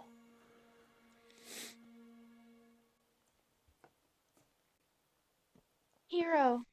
And did I need to bonus action dash to get all the way down there? Or did I? Nope, that would have been your 40. Okay. I'm pretty sure. Do I have a bonus action left? Or would Actually, that so be you would no, sorry. Actually, yeah, you would have. You would have only gotten. You would have gotten to the tip of the yellow like street. Yeah. Okay. Yeah. at So bonus 40. action to dash to get to row was. Yes, was but the you idea. still have 25 left of the dash. If you wanted to. move. Yeah. Okay. So as I administer that to row, I'm gonna, as you know, it starts to take effect. I'm like, it's time to get up, kid. And then I'm going to straighten my my shirt and like kind of like fix like my sleeves and like roll them up a little bit. And I'm going to calmly walk around to the backside of the Yeti Hell yeah. and position myself completely opposite of row. And just position myself getting ready to strike. Or possibly get hit. I don't know. I don't know what's gonna happen. You're gonna poke it You in the butt. You stunned him though, right? So you're not gonna Yeah. get hit. Yeah. 1,000 years of suffering. Nox doesn't know how well this is gonna work. Sure. So it's the first time he's doing it. It's just like, I think I hit him in a vital spot. All right. And then the Yeti is stunned and doesn't get a turn. As it's absolutely frozen and incapacitated by your sudden movements. All right, Hermes. Cutting back to you, just so you can see it. Here, I'll unhide that part of the screen. Okay. See yourself there. Technically, you're right behind that little bit of building. Mm. So you're like one square up from where your mini is. Okay. If I wanted to shoot from half cover, could I do it from there, or would I need to move up towards the dead Yeti? To see her, you would need to move up 15 feet to the edge of that little section of the building that sticks out. And I would not have half cover. But if I go You a would be little able bit further... to. You could still have 3/4 cover even. Oh, okay. Then yeah, I'll do that. If you just peek your head. Also, worth noting, you can always move out, shoot, and then hide again Oh, that's true. if you have movement left to do it. How much does it take me to get to that 3/4 cover? So actually, from where you were, so it's going to take you. You're in difficult terrain, so it's going to take you 10 feet of movement to get out, and so yeah, you'll be able to have 5 feet left to get back because you are in difficult terrain, so it's half. Okay. Your movement speed is halved. Okay. But I can still get back in complete cover. That's perfect. All right. Yep. Oops. Let me just pull up this. So I'm going to do that. Move forward so that I have that 3/4 cover. Yeah, so you can creep And- forward along the edge of the house and peer around the corner as you can just see the hag floating up above the rooftop where she was before. And I'm going to fire my pistol. Does a 16 hit? Yes, indeed. Actually, For no, 11 wait. piercing. Sorry, 16 does not. 16 does not. All right. I was then looking at the will, Yeti stat block. I will heroic inspiration that.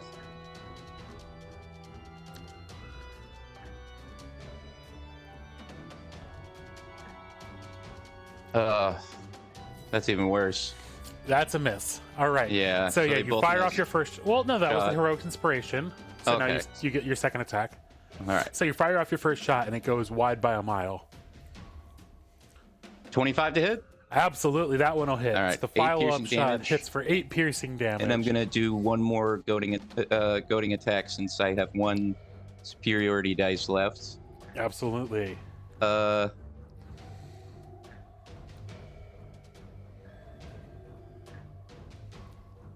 And that will add 3 damage, and it's a Wisdom DC 14. So She passed this time. fuck. But it still added the damage. Yeah, But she doesn't get the disadvantage though. correct. And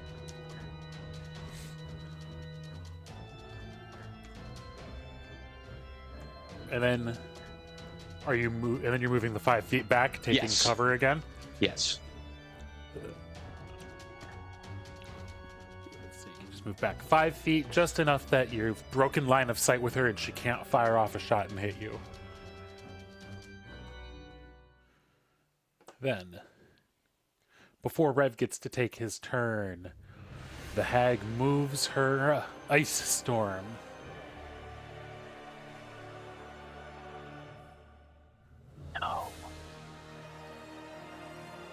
No. It's gonna be a little bigger because it's down in front now. That really pees me Yeah, off. that makes 2, sense. 3, 4, 5. Okay. But it means the Yeti is also blinded, luckily. Oh, shit. Yeah.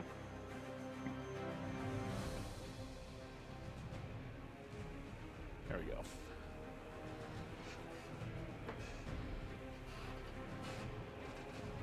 And then it's Rev's turn. From behind the Right. chimney, up in the corner. So I'm gonna pop out. I'm gonna yell to the hag and say, tell you what I'm gonna give you, hag. I'm gonna give you the count of 10 to get your ugly yella, no good keister out of Hermes' neighborhood before I pump you full of fire. 1, 2, 10. And I'm gonna cast Scorching Ray. Scorching Ray. How many Yes. shots? That's three? Well, I'm gonna cast it at 3rd level. instead Oh, of so fireball. you get I'm gonna- 5? Mhm. No, I'll get 4. Growing interest in fire. Oh, yeah. Level 2 is the normal attack, and then level... Yeah.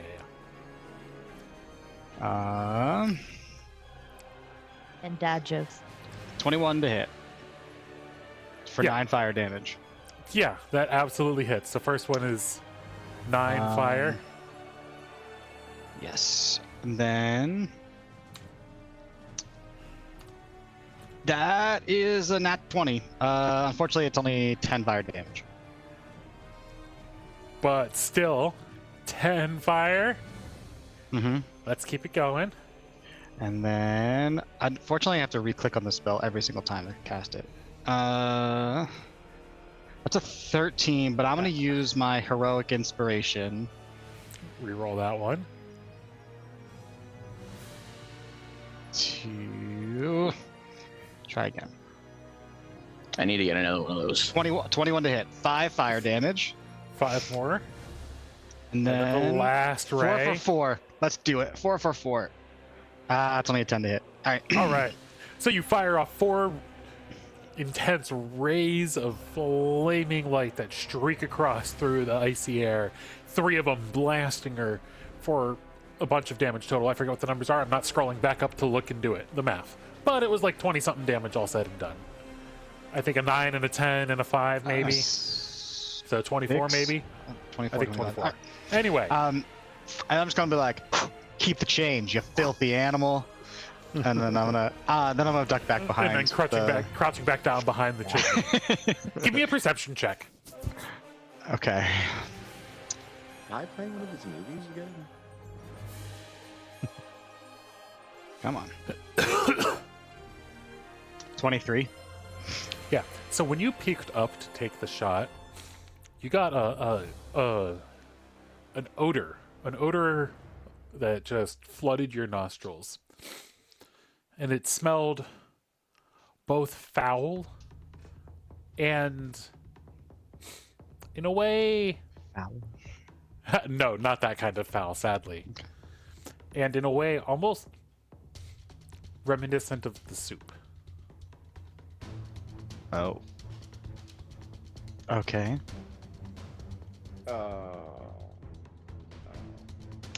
Fair enough. Coming out of the Think- chimney. Oh, it's coming out of the chimney? Okay. I don't like that. But. Can I see Hermes from like the top of the roof or no? Is he tucked too close to the house? If you were up on the apex, you could maybe just see like the top of his head, Okay. but you wouldn't know that unless you got there. Yeah, no worries. All right. And you're actually about 10 feet down on the other side. I'm done.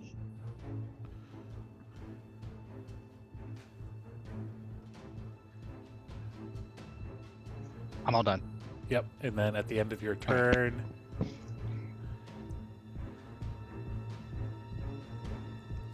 What did you say the smell was reminiscent of? In the the chimney? soup. Of the soup. I swear to fucking God. The way he said it. I And swear she to fires God, off a Hag. frost shard as a legendary action, right at Agent Knox, getting a 12 to hit.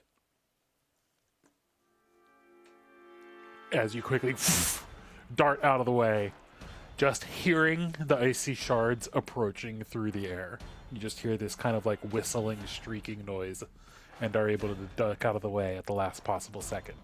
And then Ro, Pattern of the now windstorm conscious. is broken, Exactly. and I sense that. That and your Sinjeni heads-up display goes beep beep beep. Danger this way. There you go. Yeah. And then it's Ro's turn. Your minifig is up, but you are still prone. Can I? Conscious, Okay. blinded with a yeti above you. Great. Can I crawl? Out, or at least like I'm gonna be crawling away. Oh, Yeah, wait, you can crawl at half it's movement. Also blinded. Yeah, I'm gonna. It is blinded. I'm gonna yep. crawl away from the yeti. You can For- spend half your movement to get up also. Yes. So you could spend and then go the same amount of distance.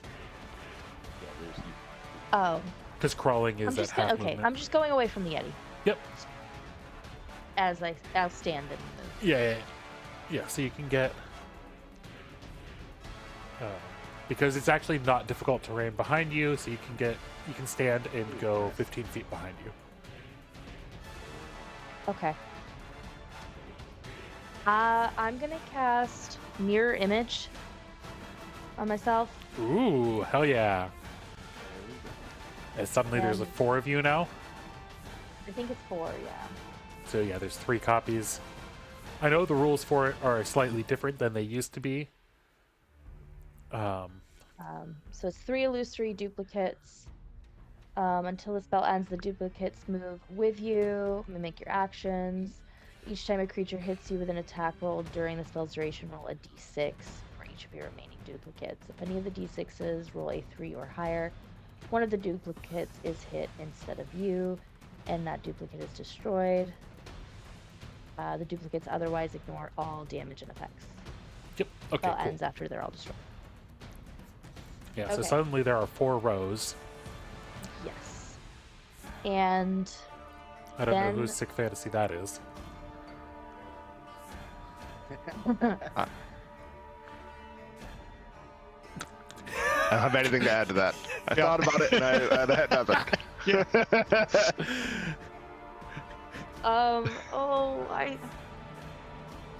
You're too far away. Okay. Awkward. I am going to heal myself Yeah. with a bonus action. Yeah, absolutely.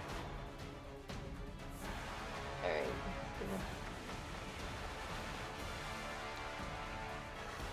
Let's try to not die. I think that's a good strategy. It's the best one. It's the one I'm employing. Mhm. Yeah, doing a great job right now. Dang right, man. Dang right.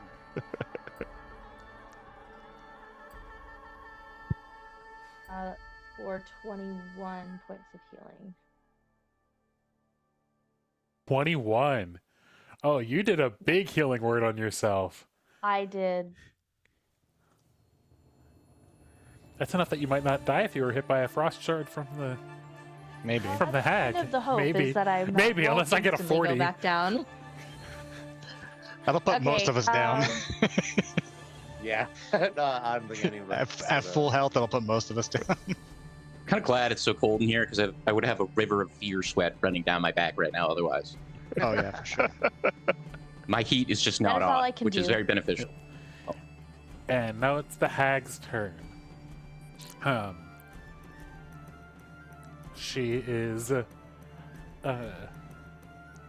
going to continue to swoop up and around the house, flying kind of down a bit towards Nox, and she is going to fire off a blast. Only getting a 10 to hit, as yet again, you're just at the last second, you're able to hear exactly where that icy shard is coming from, and able to avoid getting hit entirely. And then she's flown up high enough at this point that she's able to just get a glimpse of Rev and fire a shot off in his direction. I'm not going to actually move her that high because she'd be off of the thing. Ooh, yeah, that's going to catch Rev. Okay. Do you have a reaction? Or... No, not that. So we Because that's 25 to hit for 28 cold damage.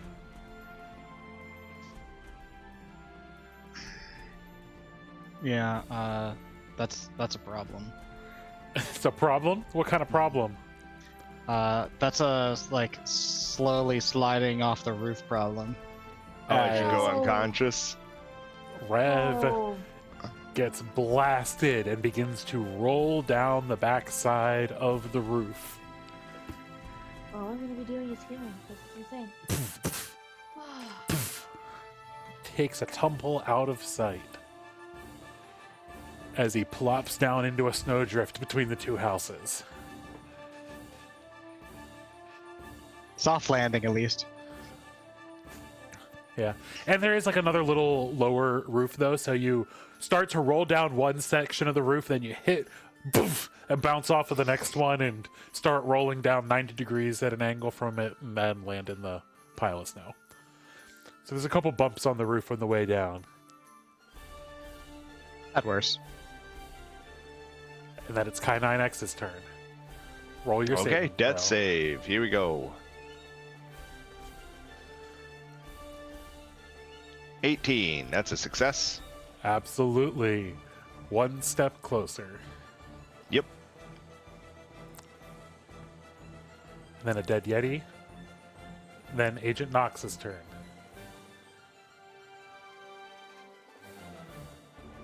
Dead Yeti's a cool band name. Whoa. What's that? I said Dead Yeti's a cool band name. Yeah. All right.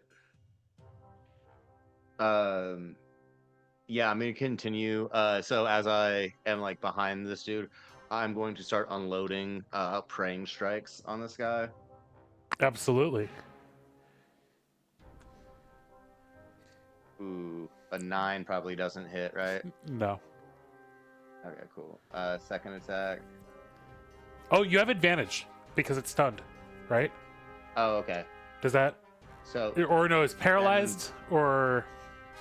It only goes until the beginning of his turn. I thought it was until the end of his turn. Used to be. That was part of the nerf that they did to Stunning Strike. Is it's until now the the start beginning. of your next turn. Yeah, so Oh. he's no longer stunned. Gotcha. Okay. Never mind. Yep, so... 9 does not hit Well, them. the Yeah. second attack was a 26. Oh, a nat 20? Yeah.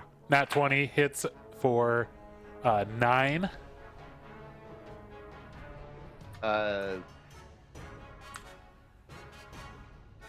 I'm gonna pump a key point into that. Yeah, Do another stunning strike again. Yeah. Yeah. Con save. So a DC 13 con save. Got a 12. Yeah. All right, and then so yeah, so as that hits, and then I'm gonna feel the stun hit, and then my second hand is going to just power up. You're gonna see this like white glow, and I'm gonna expend another key point to flurry of blows as I punch really, really fast into this guy and make As you some more punch attacks. really, really fast. Yeah. 24 and 25 to For hit. 7 and 10 more damage. As you just unleash this flurry of attacks up and down his back for an additional 17 damage. Should I Fuck roll? yeah. Should I roll again for the advantage to see if I crit? Or Sure.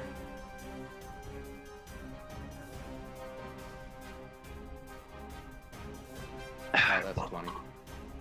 You did get the crit, okay. And that would have been for the first one, so you get the additional 6. because it roll. Oh, actually, no, it wouldn't be 6. It would be 3 additional.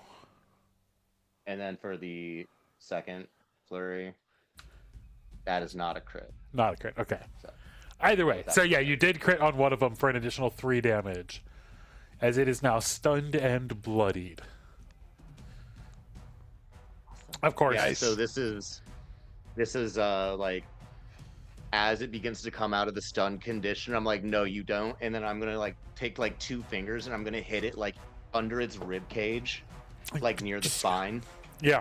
And then like kind of sink down into a horse stance and just like Honda like slapping palms, just dotting up the rib cage and spinal column of this guy.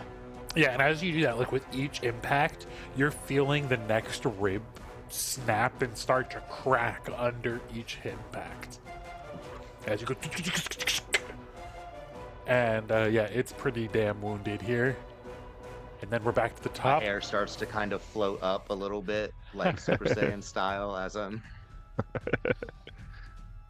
Back to the top with Hermes Sanguine. Here I can.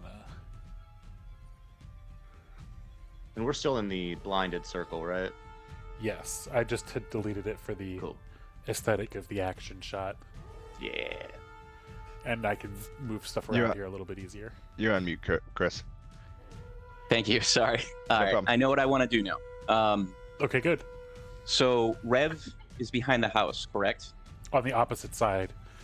Ooh. Okay. He's on the opposite side of the house from you, just like straight across, and unconscious in a pile of snow. Would I But be able to you reach him didn't from see behind the that. house? I would have heard it, right? Yeah, you heard him get attacked for sure. Okay. And do like and then a, something tumble off the house. Yeah, he did like a straight hold, a Wilhelm scream. Yeah, And there was a he thump said thump. not like this. He Yeah, said, not not like like this. this. Okay. Shout that out. That's everybody's cue now for "I'm dead, heal me." You just hear somebody yell, "Not like this." So In can I post, reach I'm gonna him? have to change that to the title of the episode. Not like this. So can I reach him from behind the house? Because it looks like that's not refrain, right? We've all been unconscious this far. Around the so- back side of the house, it's. I Yeah. mean, the thing is, it's like gonna be like. It's gonna take a while to. You have to go around. I'd have to go and around. I can go it's- behind the back. Where yeah, but going behind the back is still, 5, 10, so it's going to be 10 feet to get back around the backside, and then it's kind of like a diagonal. There's like a couple extra, so you would be able to get to the back corner of the house and see him, How close would I be to him? probably 15 feet away. And there's no other way to do it? The front of the house. How close But would that that's even the same, that's the same exact scenario. You are directly on opposite sides of the house, and the house itself is 5, 10, 15, 20, is approximately 25 across the front. And so you have 25 feet of the width, like the length of the house, plus a few feet forward, like 10 feet forward and backward on each side of the house to get around. So, bear with me here. How do I So use my cursor? It's going to be about 45 feet around regardless, whichever way you go around. You said I could get to like about here. Is that what you're saying? Yeah, you could get about to the corner up there. So I could get like half cover or something from one of these. Sure. Like Okay. if you were to hide like here. Oh, right, right here. And then from there, could I reach Rev in my next turn? Yeah. Okay. So I will move there then. In that case, let me get rid of my mark. Yeah. So you start to run around the front of the house.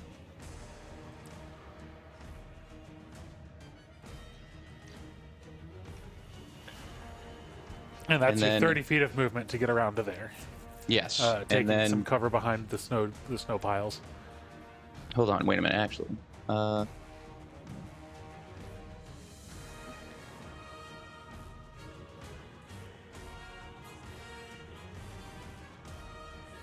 I don't think that would work. All right, and then I'm going to start shooting at the hag. Yeah, that's probably the best strategy. Is shoot the hag and shoot the hag a lot. So Ooh. a 24 is absolutely going to hit. 13 piercing, and I got a crit. So Well, did you- 13 and 10. The Or is that for 28, the second one? the second, Yeah. if you had advantage, it would have been a crit. Okay, so 13 damage, and then you 27 fire off the with a second 10. shot for Why is it 10 blue? more damage. I think that's a crit. 27. No, 28 would be a crit for him. It's a 19. but piercing damage is 10, but it's in blue. That's weird. It's because the 1/6 was a max, but the other one was a 1. It was like max and min, so they counter out. Oh, okay. If it, All right. if And then for my final trick,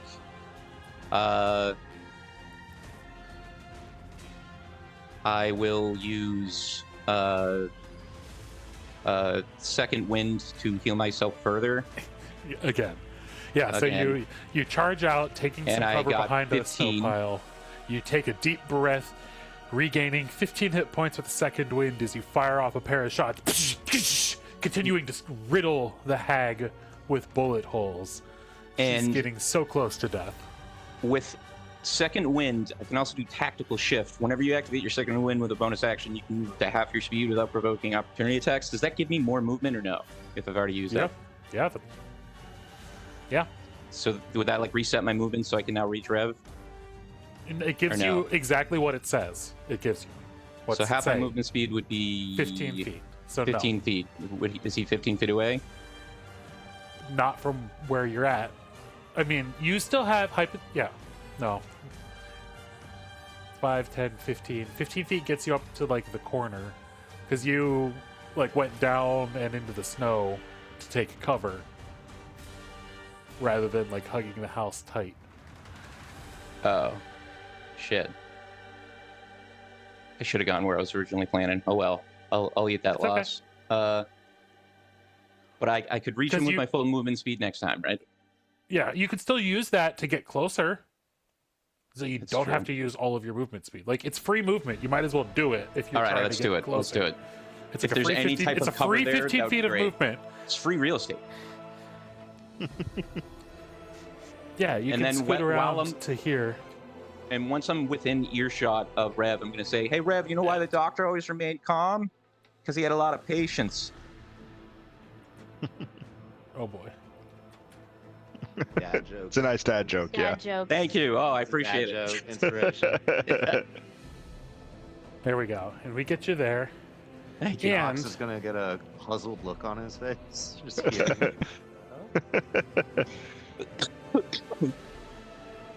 Cracking jokes in the middle of Who do you think?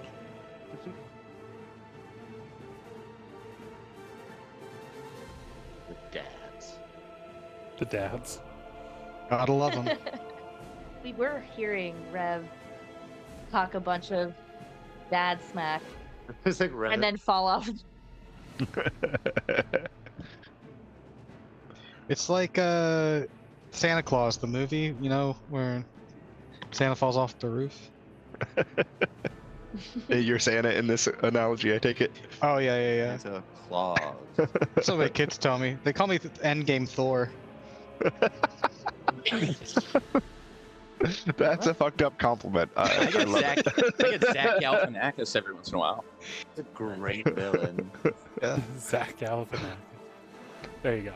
So there you can see Rev about 10 feet behind Hermes as Hermes takes cover there in part of the very same snowdrift that Rev is unconscious in. And then it is going to be the hag's turn to... Whoever needs Move. to make a death save, right? Huh? Whoever the never mind. Yep. Yeah, she's got to draw her thing. And she is this time gonna put it on Hermes. Aw, where'd it go? I like my fighting arena.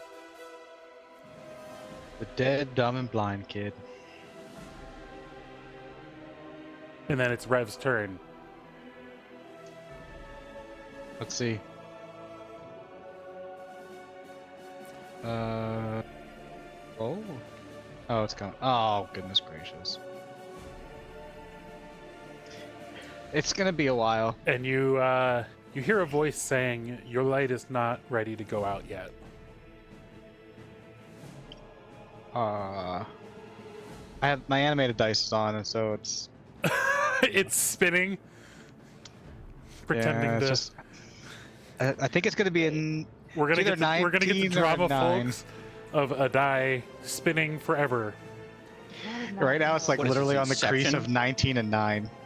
No, I Herd's computer is the box of doom for this campaign. It's the top at the end of It's a Inception. 9 It's a 9. Oh, as the die wiggles and doop. okay. Could be worse. Okay. And then it's Rose's turn.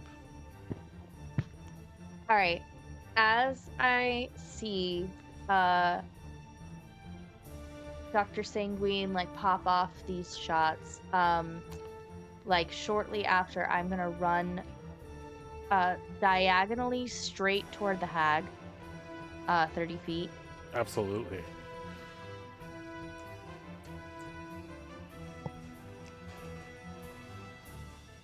Okay. I can do it. Okay. And I'm as you're going running, she to- fires a blast at Nox, and it just whizzes past you and lands on the ground right between Nox's feet.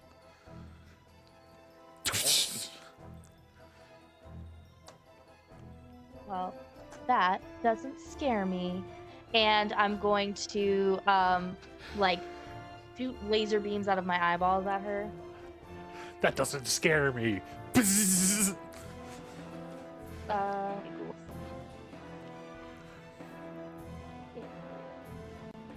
This is a guiding bolt. yes, this is a guiding Yeah. bolt. As your violet eyes glow and erupt in a pair of beams that streak straight up and catch her right in the face, dealing 18. What's the damage? Radiant? Radiant. Dealing 18 radiant damage. And she suddenly begins glowing, and you see flesh starting to sear back and burn across her skin as she is very nearly dead. And I'm a bonus action healing word at Kai. Oh snap! Yeah, you can just see Kai's I can't. like head dangling off the edge of the roof.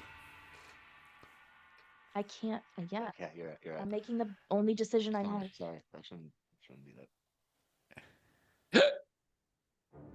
Ooh, Whoa. 18. hold on, Yeah, it sorry. is.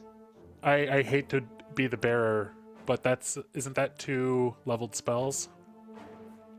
What did you cast? Guiding bolt. Oh, and I can't bonus action another spell. Oh, okay. You can do bonus action bard features, but you can't do a bonus action leveled spell. Wait 1 second. The guiding bolt you cast got with a feat, right? And it says you can use No. it. Wasn't it? I thought that was What- I thought that was your origin feat. If she did it without using a spell slot, is that what you're saying? Yes, that is exactly what I'm saying. I think technically she gets a use it once per day from that ability.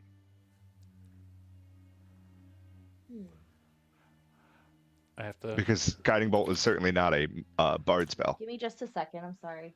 It's okay. If you did, it would be under features and traits on your character sheet near the bottom, because it would be down in your feats section.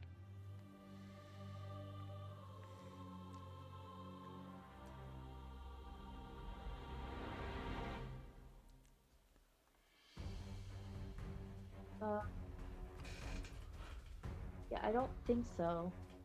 Magic initiate. Yeah. But she already has that ticked off. So it's magic initiate cleric under feats. It's the very last thing on your feats, like the very, very last thing, all the way at the very bottom of your features Magic and traits initiate section. It says Violet Eyes Guiding I- Bolt, first level. I understand Once she has per a, long rest, and it's checked off. I understand she has it ticked off, but she just cast it and if she in her character sheet, the only casting of it is going to say use next to it, which would tick it off. So assuming Right. she clicked the button right now when she cast it, That's true.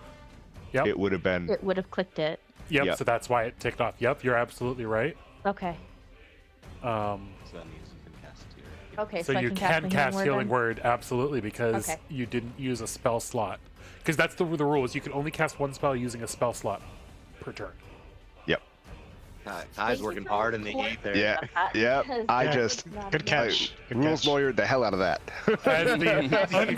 the unconscious robot is having a debate back and forth with the great Leon in his brain about how the ether works and being able to rapidly tap into the thaumaturge from various sources. Thaumaturgic ether.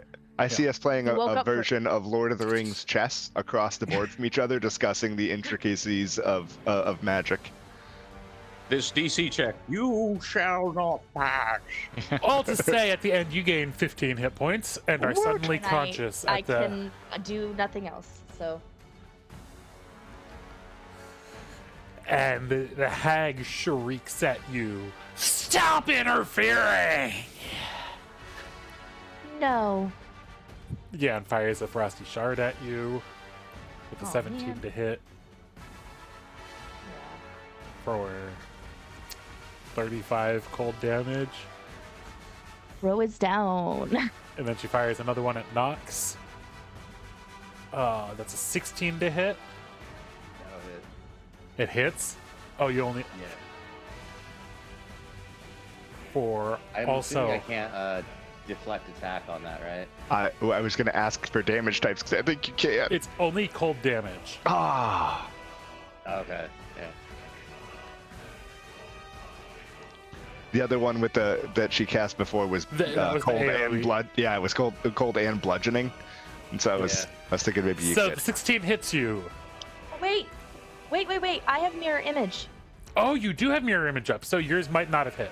So Roll- go ahead, roll 3d6s, right? And if any of them are a 3 or higher, Yep. is that what it Isn't said? she goaded too from Hermes? No, he was. That was through No, this. he did. But she succeeded on the save. Oh, that's right. Okay. Hmm. 3d6s? Yep, one for each of your duplicates. And as long as any of them you did, One one of of them is a 4. So pop. We thought Ro went down, but it was actually one of the duplicates, and she hisses angrily. And so the second one that actually the fifth, what did I say, 16 to hit on the other one, is actually still targeted at Ro, not Agent Nox. And so that one will then also, you'll roll 2d6s for this one to see if it hits the duplicate.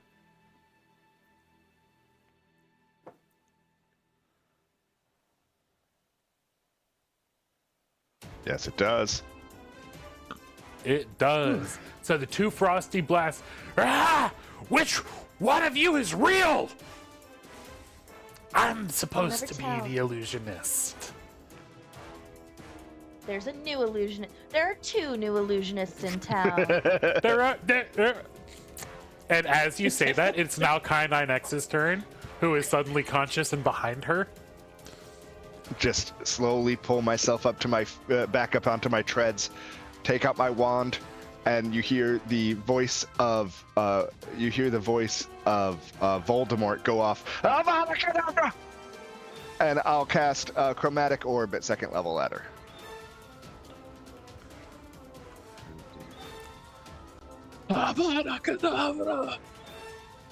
I assume you're doing fire damage. Yes. First, roll the attack. Yeah, there we go. Hits an 18. Yeah, she has a 17 AC. The 18's gonna hit. And I think that'll probably do it. Oh. Multiple ones in there. Yikes. She But only- multiple ones. That Yeti, how far away is it? More than 30. Damn. Yeah, like 55. Let me just make sure that was it's. Hold on. If you roll the same number, or within 30 feet of the target. Yeah. I just wanted to make sure of the range on the bounce. Irrelevant. That's Yep. Because everybody sees our hag erupting in a fiery ball of doom. I like your style. As Ro has said, Oh. there's two new illusionists in town, and suddenly the hag's body erupts and collapses apart into multiple pieces as we just see the outline of Kyanine standing right where she just was, as her smoldering remains cascade down around him. Hi, the killer.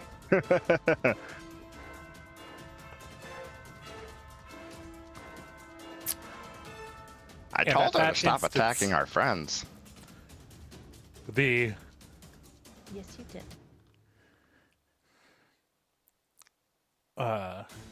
it is Agent Nox's turn. Oh, also, immediately, all the snow just.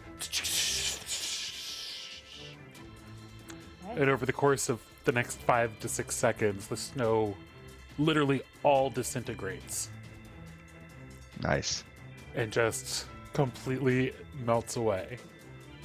I'm not rebuilding the entire arena to accommodate that. You mean you don't have like off camera an entire duplicate of this without the snow in it for this exact moment?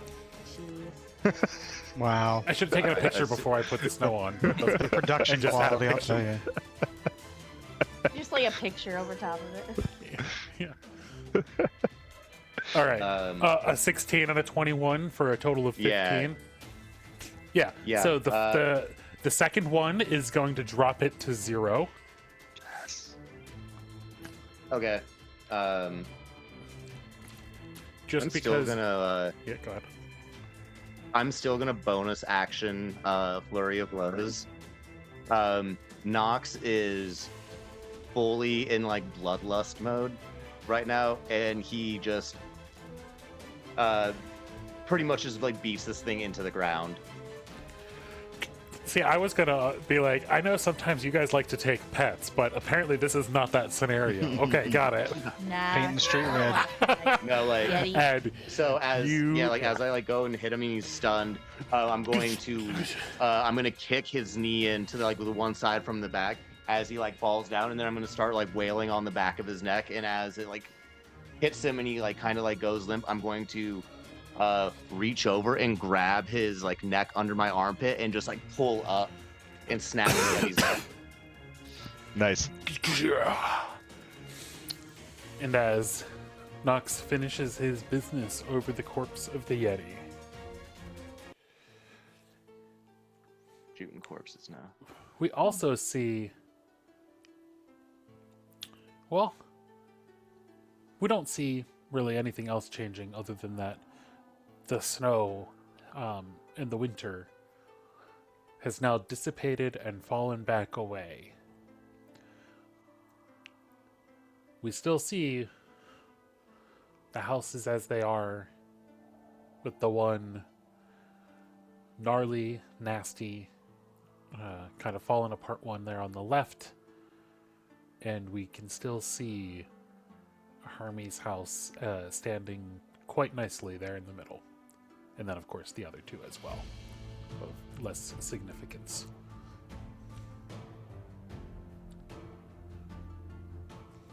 Okay. I'd like to go over and examine the hag's remains. I'm gonna go check on Rev. Yeah, I'll say Rev's still unconscious. Okay. But yeah. So you're right near the hag. So you're going right over to start checking on the remains while everybody else is going to go check Rev. Is that what's going on here? Yeah. That's what I'm The doing. humans are checking on the one who's unconscious, and the robot is dissecting or performing an autopsy on the monster. Yep. Got it. So I'm we'll gonna take go, one last. Oh, sorry, go ahead. Go ahead. I was gonna say we'll go ahead and have Hermes go first. Okay.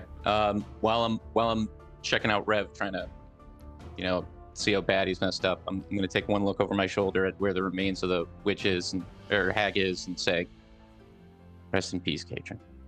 And then, I don't know. I guess help with the checking out the extent of the damage. He still needs a healing. He's still bleeding out. He needs healing of some sort, either a Oh, healing okay. potion Then or yeah, that I'll healing use kit. I'll use my rolling my death med kit. saves. That's Use why my med we're all. kit. Yeah. Okay. So, so you'll get one usage of a hit die, Kurt, and then I think +3. You said. I think I rolled the hit die. Healer's kit. But it's based on his hit die. Hit as a die. So character. tell me what type to use. What die? Clerics get a D8, right? For I believe so. if you click short rest, it'll Yeah. show you. Okay, so roll a d8. Yep. +3, Yeah, +3. and I can re-roll ones. So that's a 5 + 3, so you get 8. And you are back conscious. Okay. As I wake up, I'm gonna be like, "Oh man, I was so close to the end of the tunnel. I was like Jesus was like right there, man." And like, next time, I guess. Sorry, bud. No, it's all right. Wait, how long was I asleep for? I'm like, look around, all the snow's gone. Yeah, the snow is completely gone. years. Man, you don't look a day older though. I moisturize. I was old. Well, hey, thanks. And at that point, the rest of the group is catching up. So that'll be Nox and Ro. Nox is going to take a second after the end of the battle, and he's once the Yeti falls in his bloodlust, he's going to take his bracelet off of his wrist and meditate over the body and like focus on the feelings of like the adrenaline, the rage, the fear of watching his friends fall, and he's going to kind of like center all those emotions right now, while everyone else kind of does stuff. Ro's gonna like pull Dr. Hermes and Rev in for like a like the kind of hug that you don't really you don't really control. It's just like it's just like she just kind of does it out of like a reaction of like, oh, think oh, everybody's okay, and then like straighten up and go back to it. I'm gonna say you did good out there, kiddo. Yeah, that was a Makes close sad. one. And then we cut to Kai9X Um, performing his who is- autopsy. yeah, audibly saying things like, "The hag does seem to be actually corporeal and has internal organs which are now exposed," and start like poking at it and looking through all of her belongings and remains as I record my interaction with the remains. And as you interact with the remains, you do see that she, of course, did leave behind her gray staff. A gnarled, twisted, evil-looking staff made of gray wood. Okay, I'll pick that up. It's definitely magic, and definitely evil. Okay, I'm gonna hold on to it for a second. I'm not gonna. I am gonna pick it up, but I'm just gonna kind of tuck it away for now. And you're gonna give me an Arcana check as you just a quick one as you Sure. glance at it. Not a thorough study, but Sure, 23. yeah, you're pretty sure that this type of evil magic that's imbued in this staff is not something that you would be able to tap into. Okay. That, yeah. Gotcha. Mechanically out of character, only a Brer Hag can use the staff. Oh, okay. Because evil hag staff, not normal. Perfect for the collection of odds and ends, though. So, Oh, absolutely. and for further experimentation. 100%. Because studying how it was made and stuff like that. Yeah. Now, can I see what Kai's been doing from where I am? You can see that he's holding the staff, but you can't really see the body because the body is like whatever remains of the body is on the roof there, flat. Okay. He's 25 feet up in the air on that roof. And it's just a flat rooftop. maybe I'd shout out to him and be like, "Hey, so did she possess my wife? Did we just kill my wife, or was that just like an image? Like, what's the deal?" I believe the visage of your wife was entirely illusory, as was most of the neighborhood surrounding the area. The snow, the weather effects all seem to have also been illusory and caused by magic emanating from or stemming from the hag in some way. For context, only the snow has changed. Nothing else has changed about the place. Okay. It just no longer appears to be snowy. All of the houses appear as they did when you saw them. Oh, okay, gotcha. It still probably was just an illusion to make her look different. I don't think she possessed your wife. If I could, I'd like to try to see if I can find my wife's body so I can lay her to rest. I don't mean to like say anything to upset you, but there was a weird smell coming from this house when I was up on the roof. All You right, never know. where was it?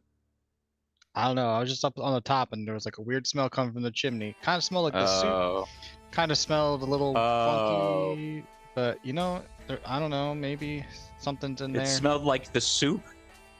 Yeah, you know that stuff that. If this bitch made me eat my wife, I'm gonna bring her back just to kill her again. Oh my god. All right. And then I'm gonna walk into the Don't do house to that. go and check the chimney. You walk into the house. Yeah. Yeah, you see a corpse dangling from a chain Oh my god. with parts clearly having been like straight up sawed off. Can I recognize the body or It's like? yeah, it's her. It's her, dude. Uh, Over like a boiling cauldron that contains the soup. And the entire place is filled with other strange, foul, dark magical contraptions.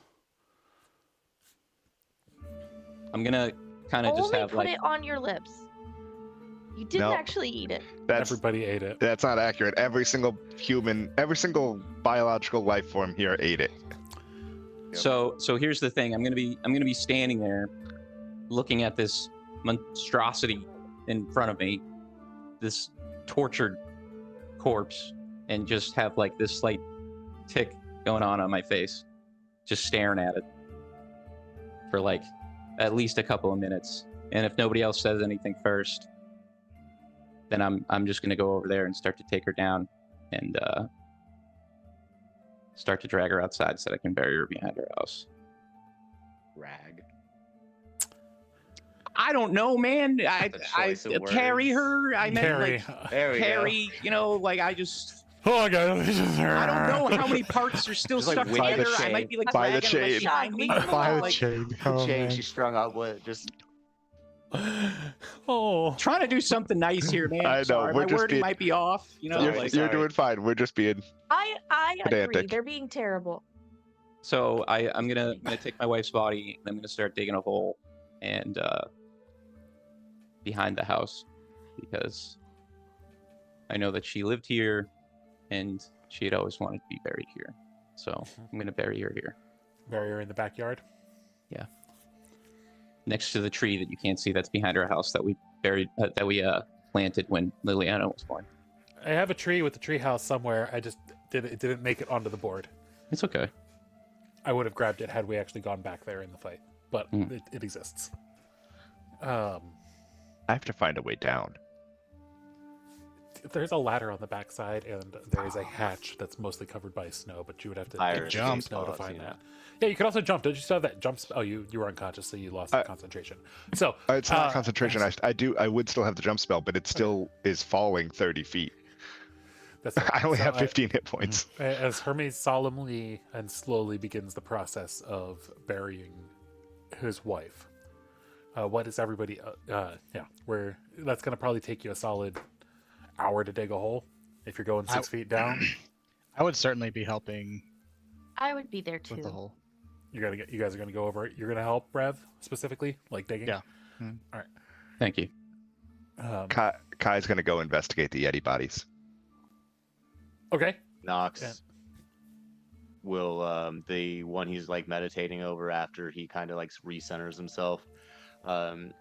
He's gonna kind of look over the Yeti body. Do the Yetis have like fangs or anything? Yeah, for sure.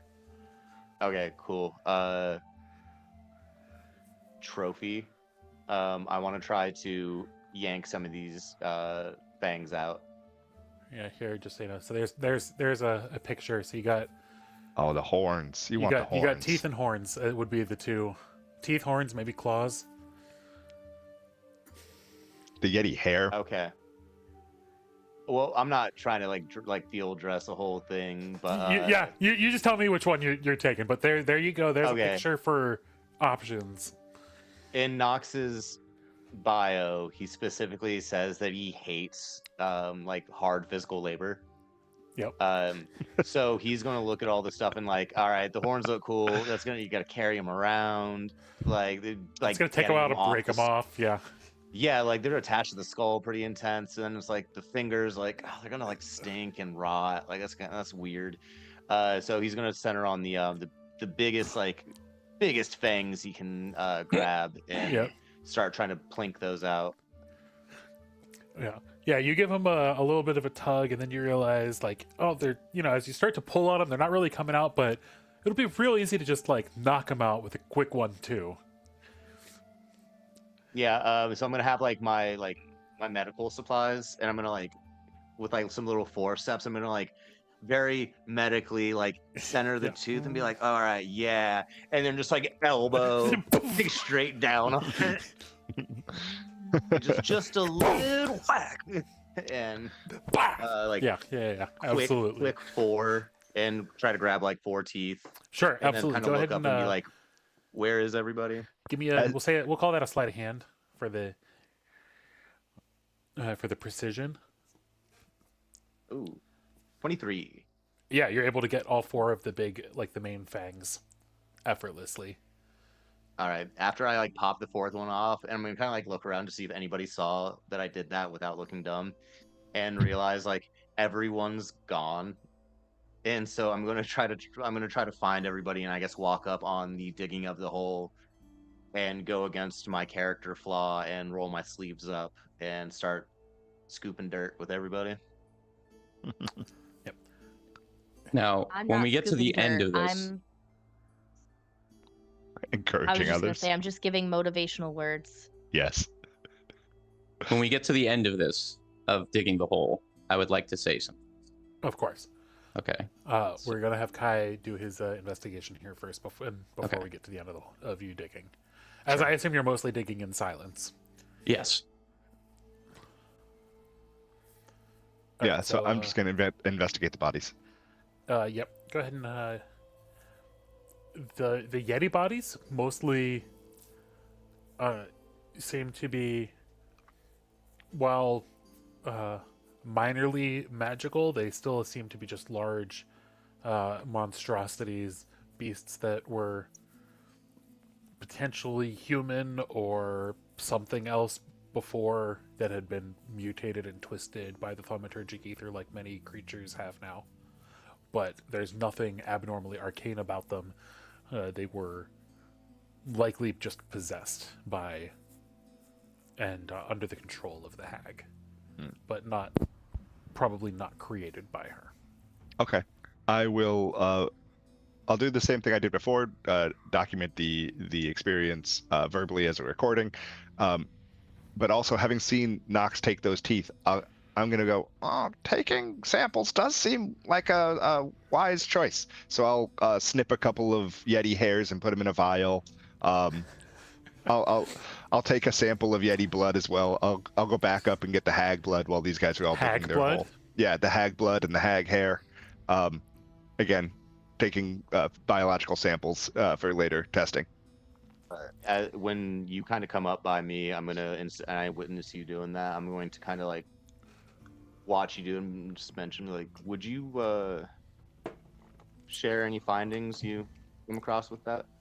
Absolutely. I appreciate your curiosity on the subject. I imagine that these will reveal quite a bit of biological information about these creatures.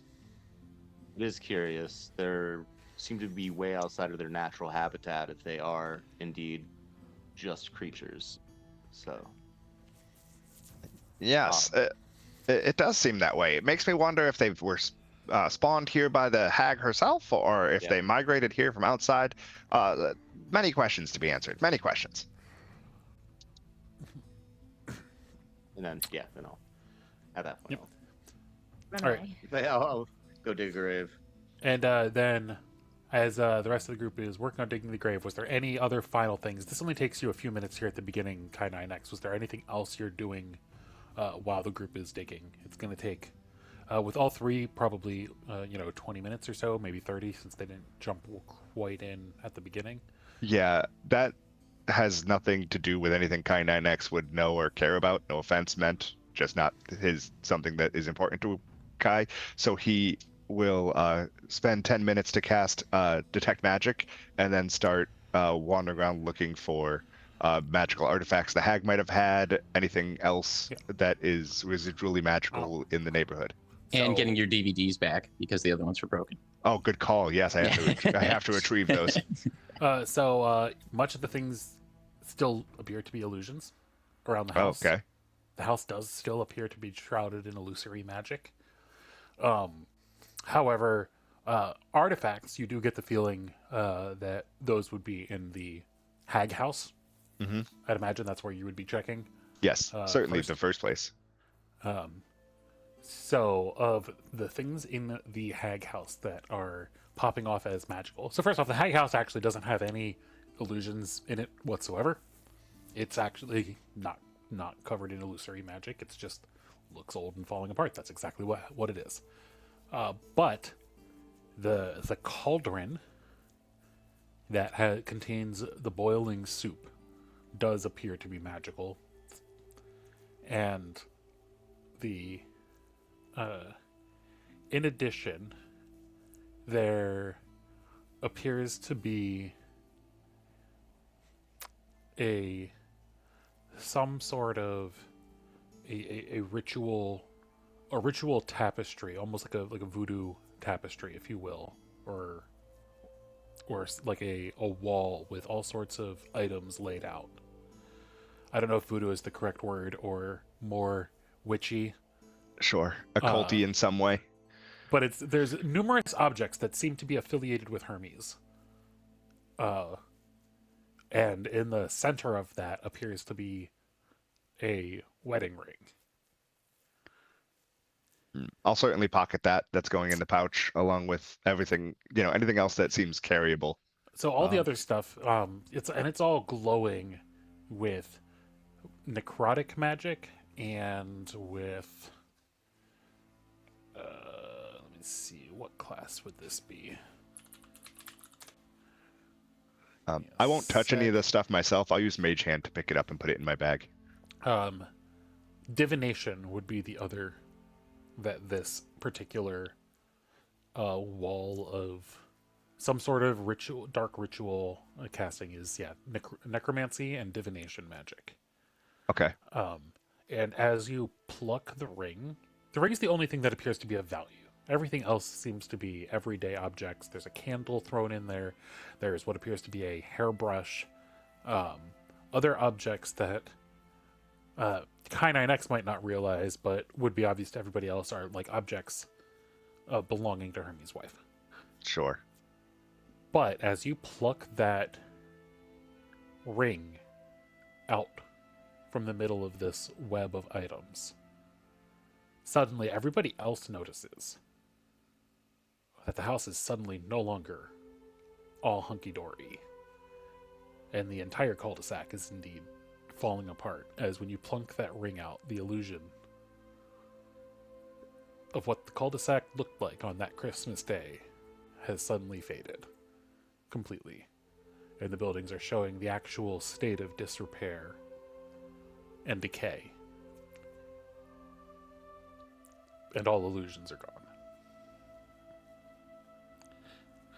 So yeah, from everybody else's perspective, suddenly just out of nowhere, the house suddenly breaks and falls apart. All the windows you see smashed, boarded up.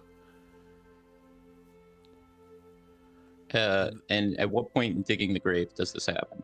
At the very halfway. end? About halfway. I'd probably take a look and then just sigh and keep digging.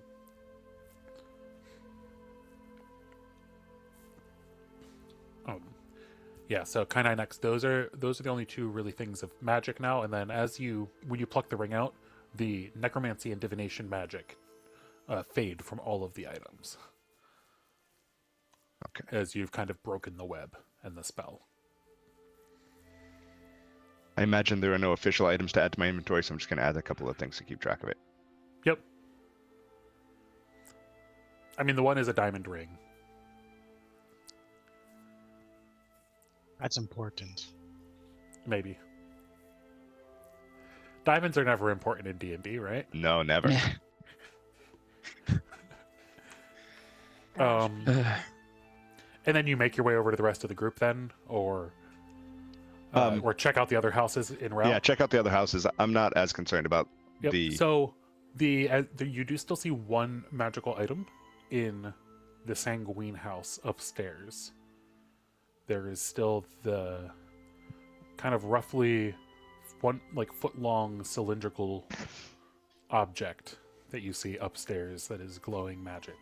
And I believe we had said it was evocation, I think is what we had said it was. Yeah. Sounds right. Okay. I'll head upstairs to check it out. And as you head upstairs to check it out, you make your way into the remains of Hermes' bedroom. The whole place kind of, in disarray.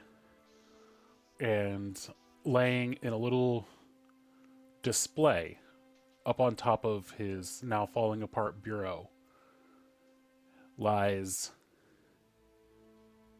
what appears to be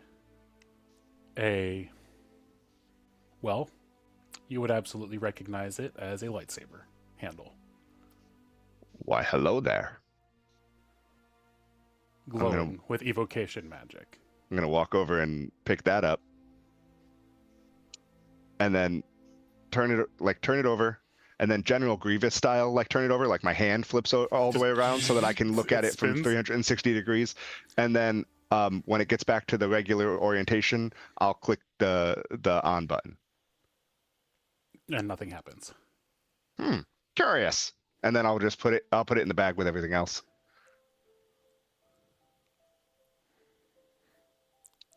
And that's the only other thing that you see in the vicinity now that still retains an aura of magical energy.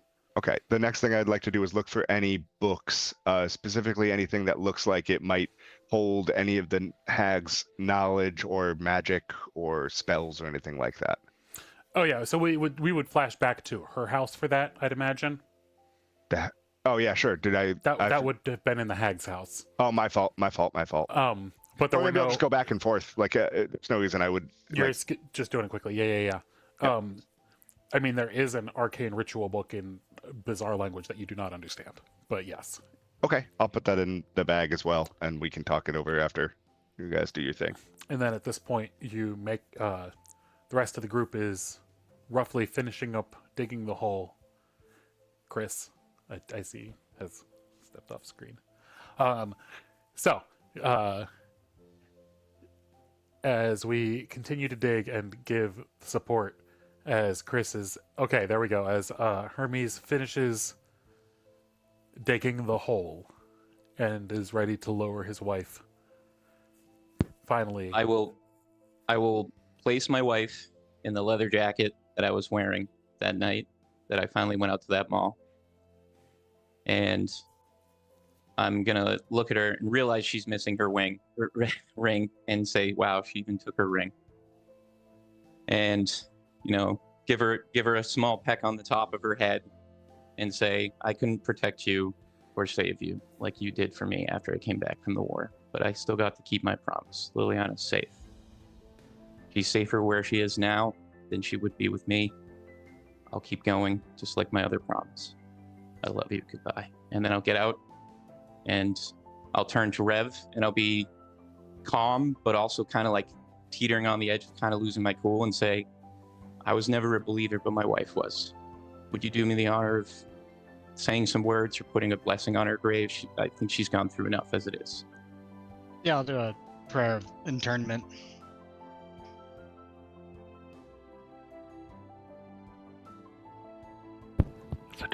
which is different.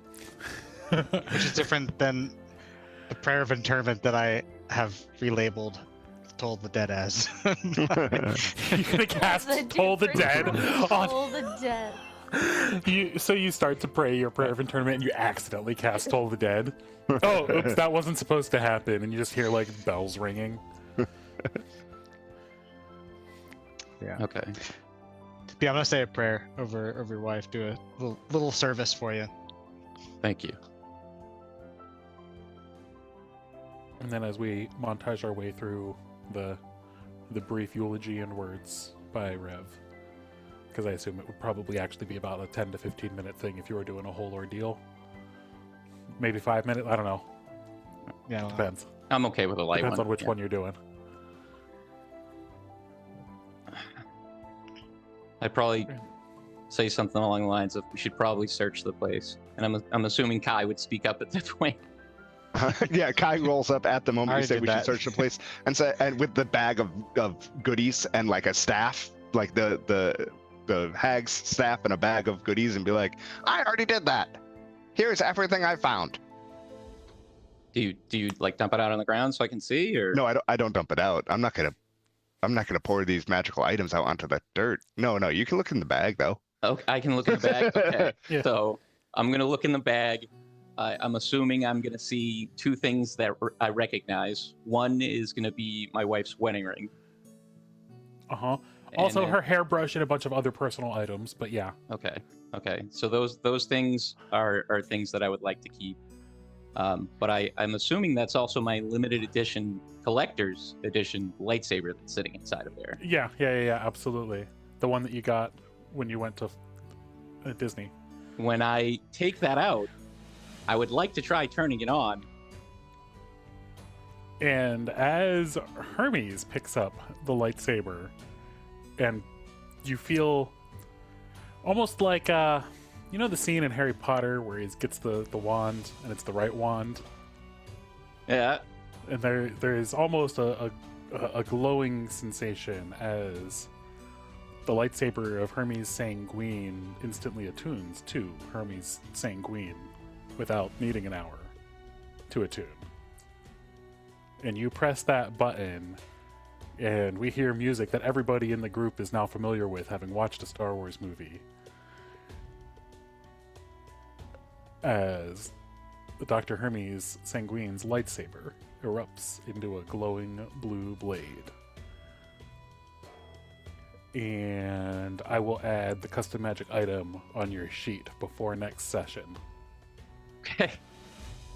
But it is effectively yeah, it's a magic item. You're effectively going to get to do extra radiant damage. The big thing is its finesse. It's based on the magic item the Sunblade, so it counts as a long sword, but with finesse means you can use dexterity instead of strength. Okay. And it's also magic and does extra radiant damage because it's a lightsaber. Well, would you look at that? I'm gonna start doing. And you 100% accidentally leave a giant gouge in the tree right next to you. Come on, man! Not the tree! Not the tree! Not the tree! I just buried my wife. At least Pine on tree the, next to it, sure. And then On you the go plus back side, and you you'll carve it find into a heart. you'll find it All right, anytime you look. Yeah. Yeah. Yeah. Now you'll know. All right, that's fair. It swings around a lot easier than you thought. Yeah.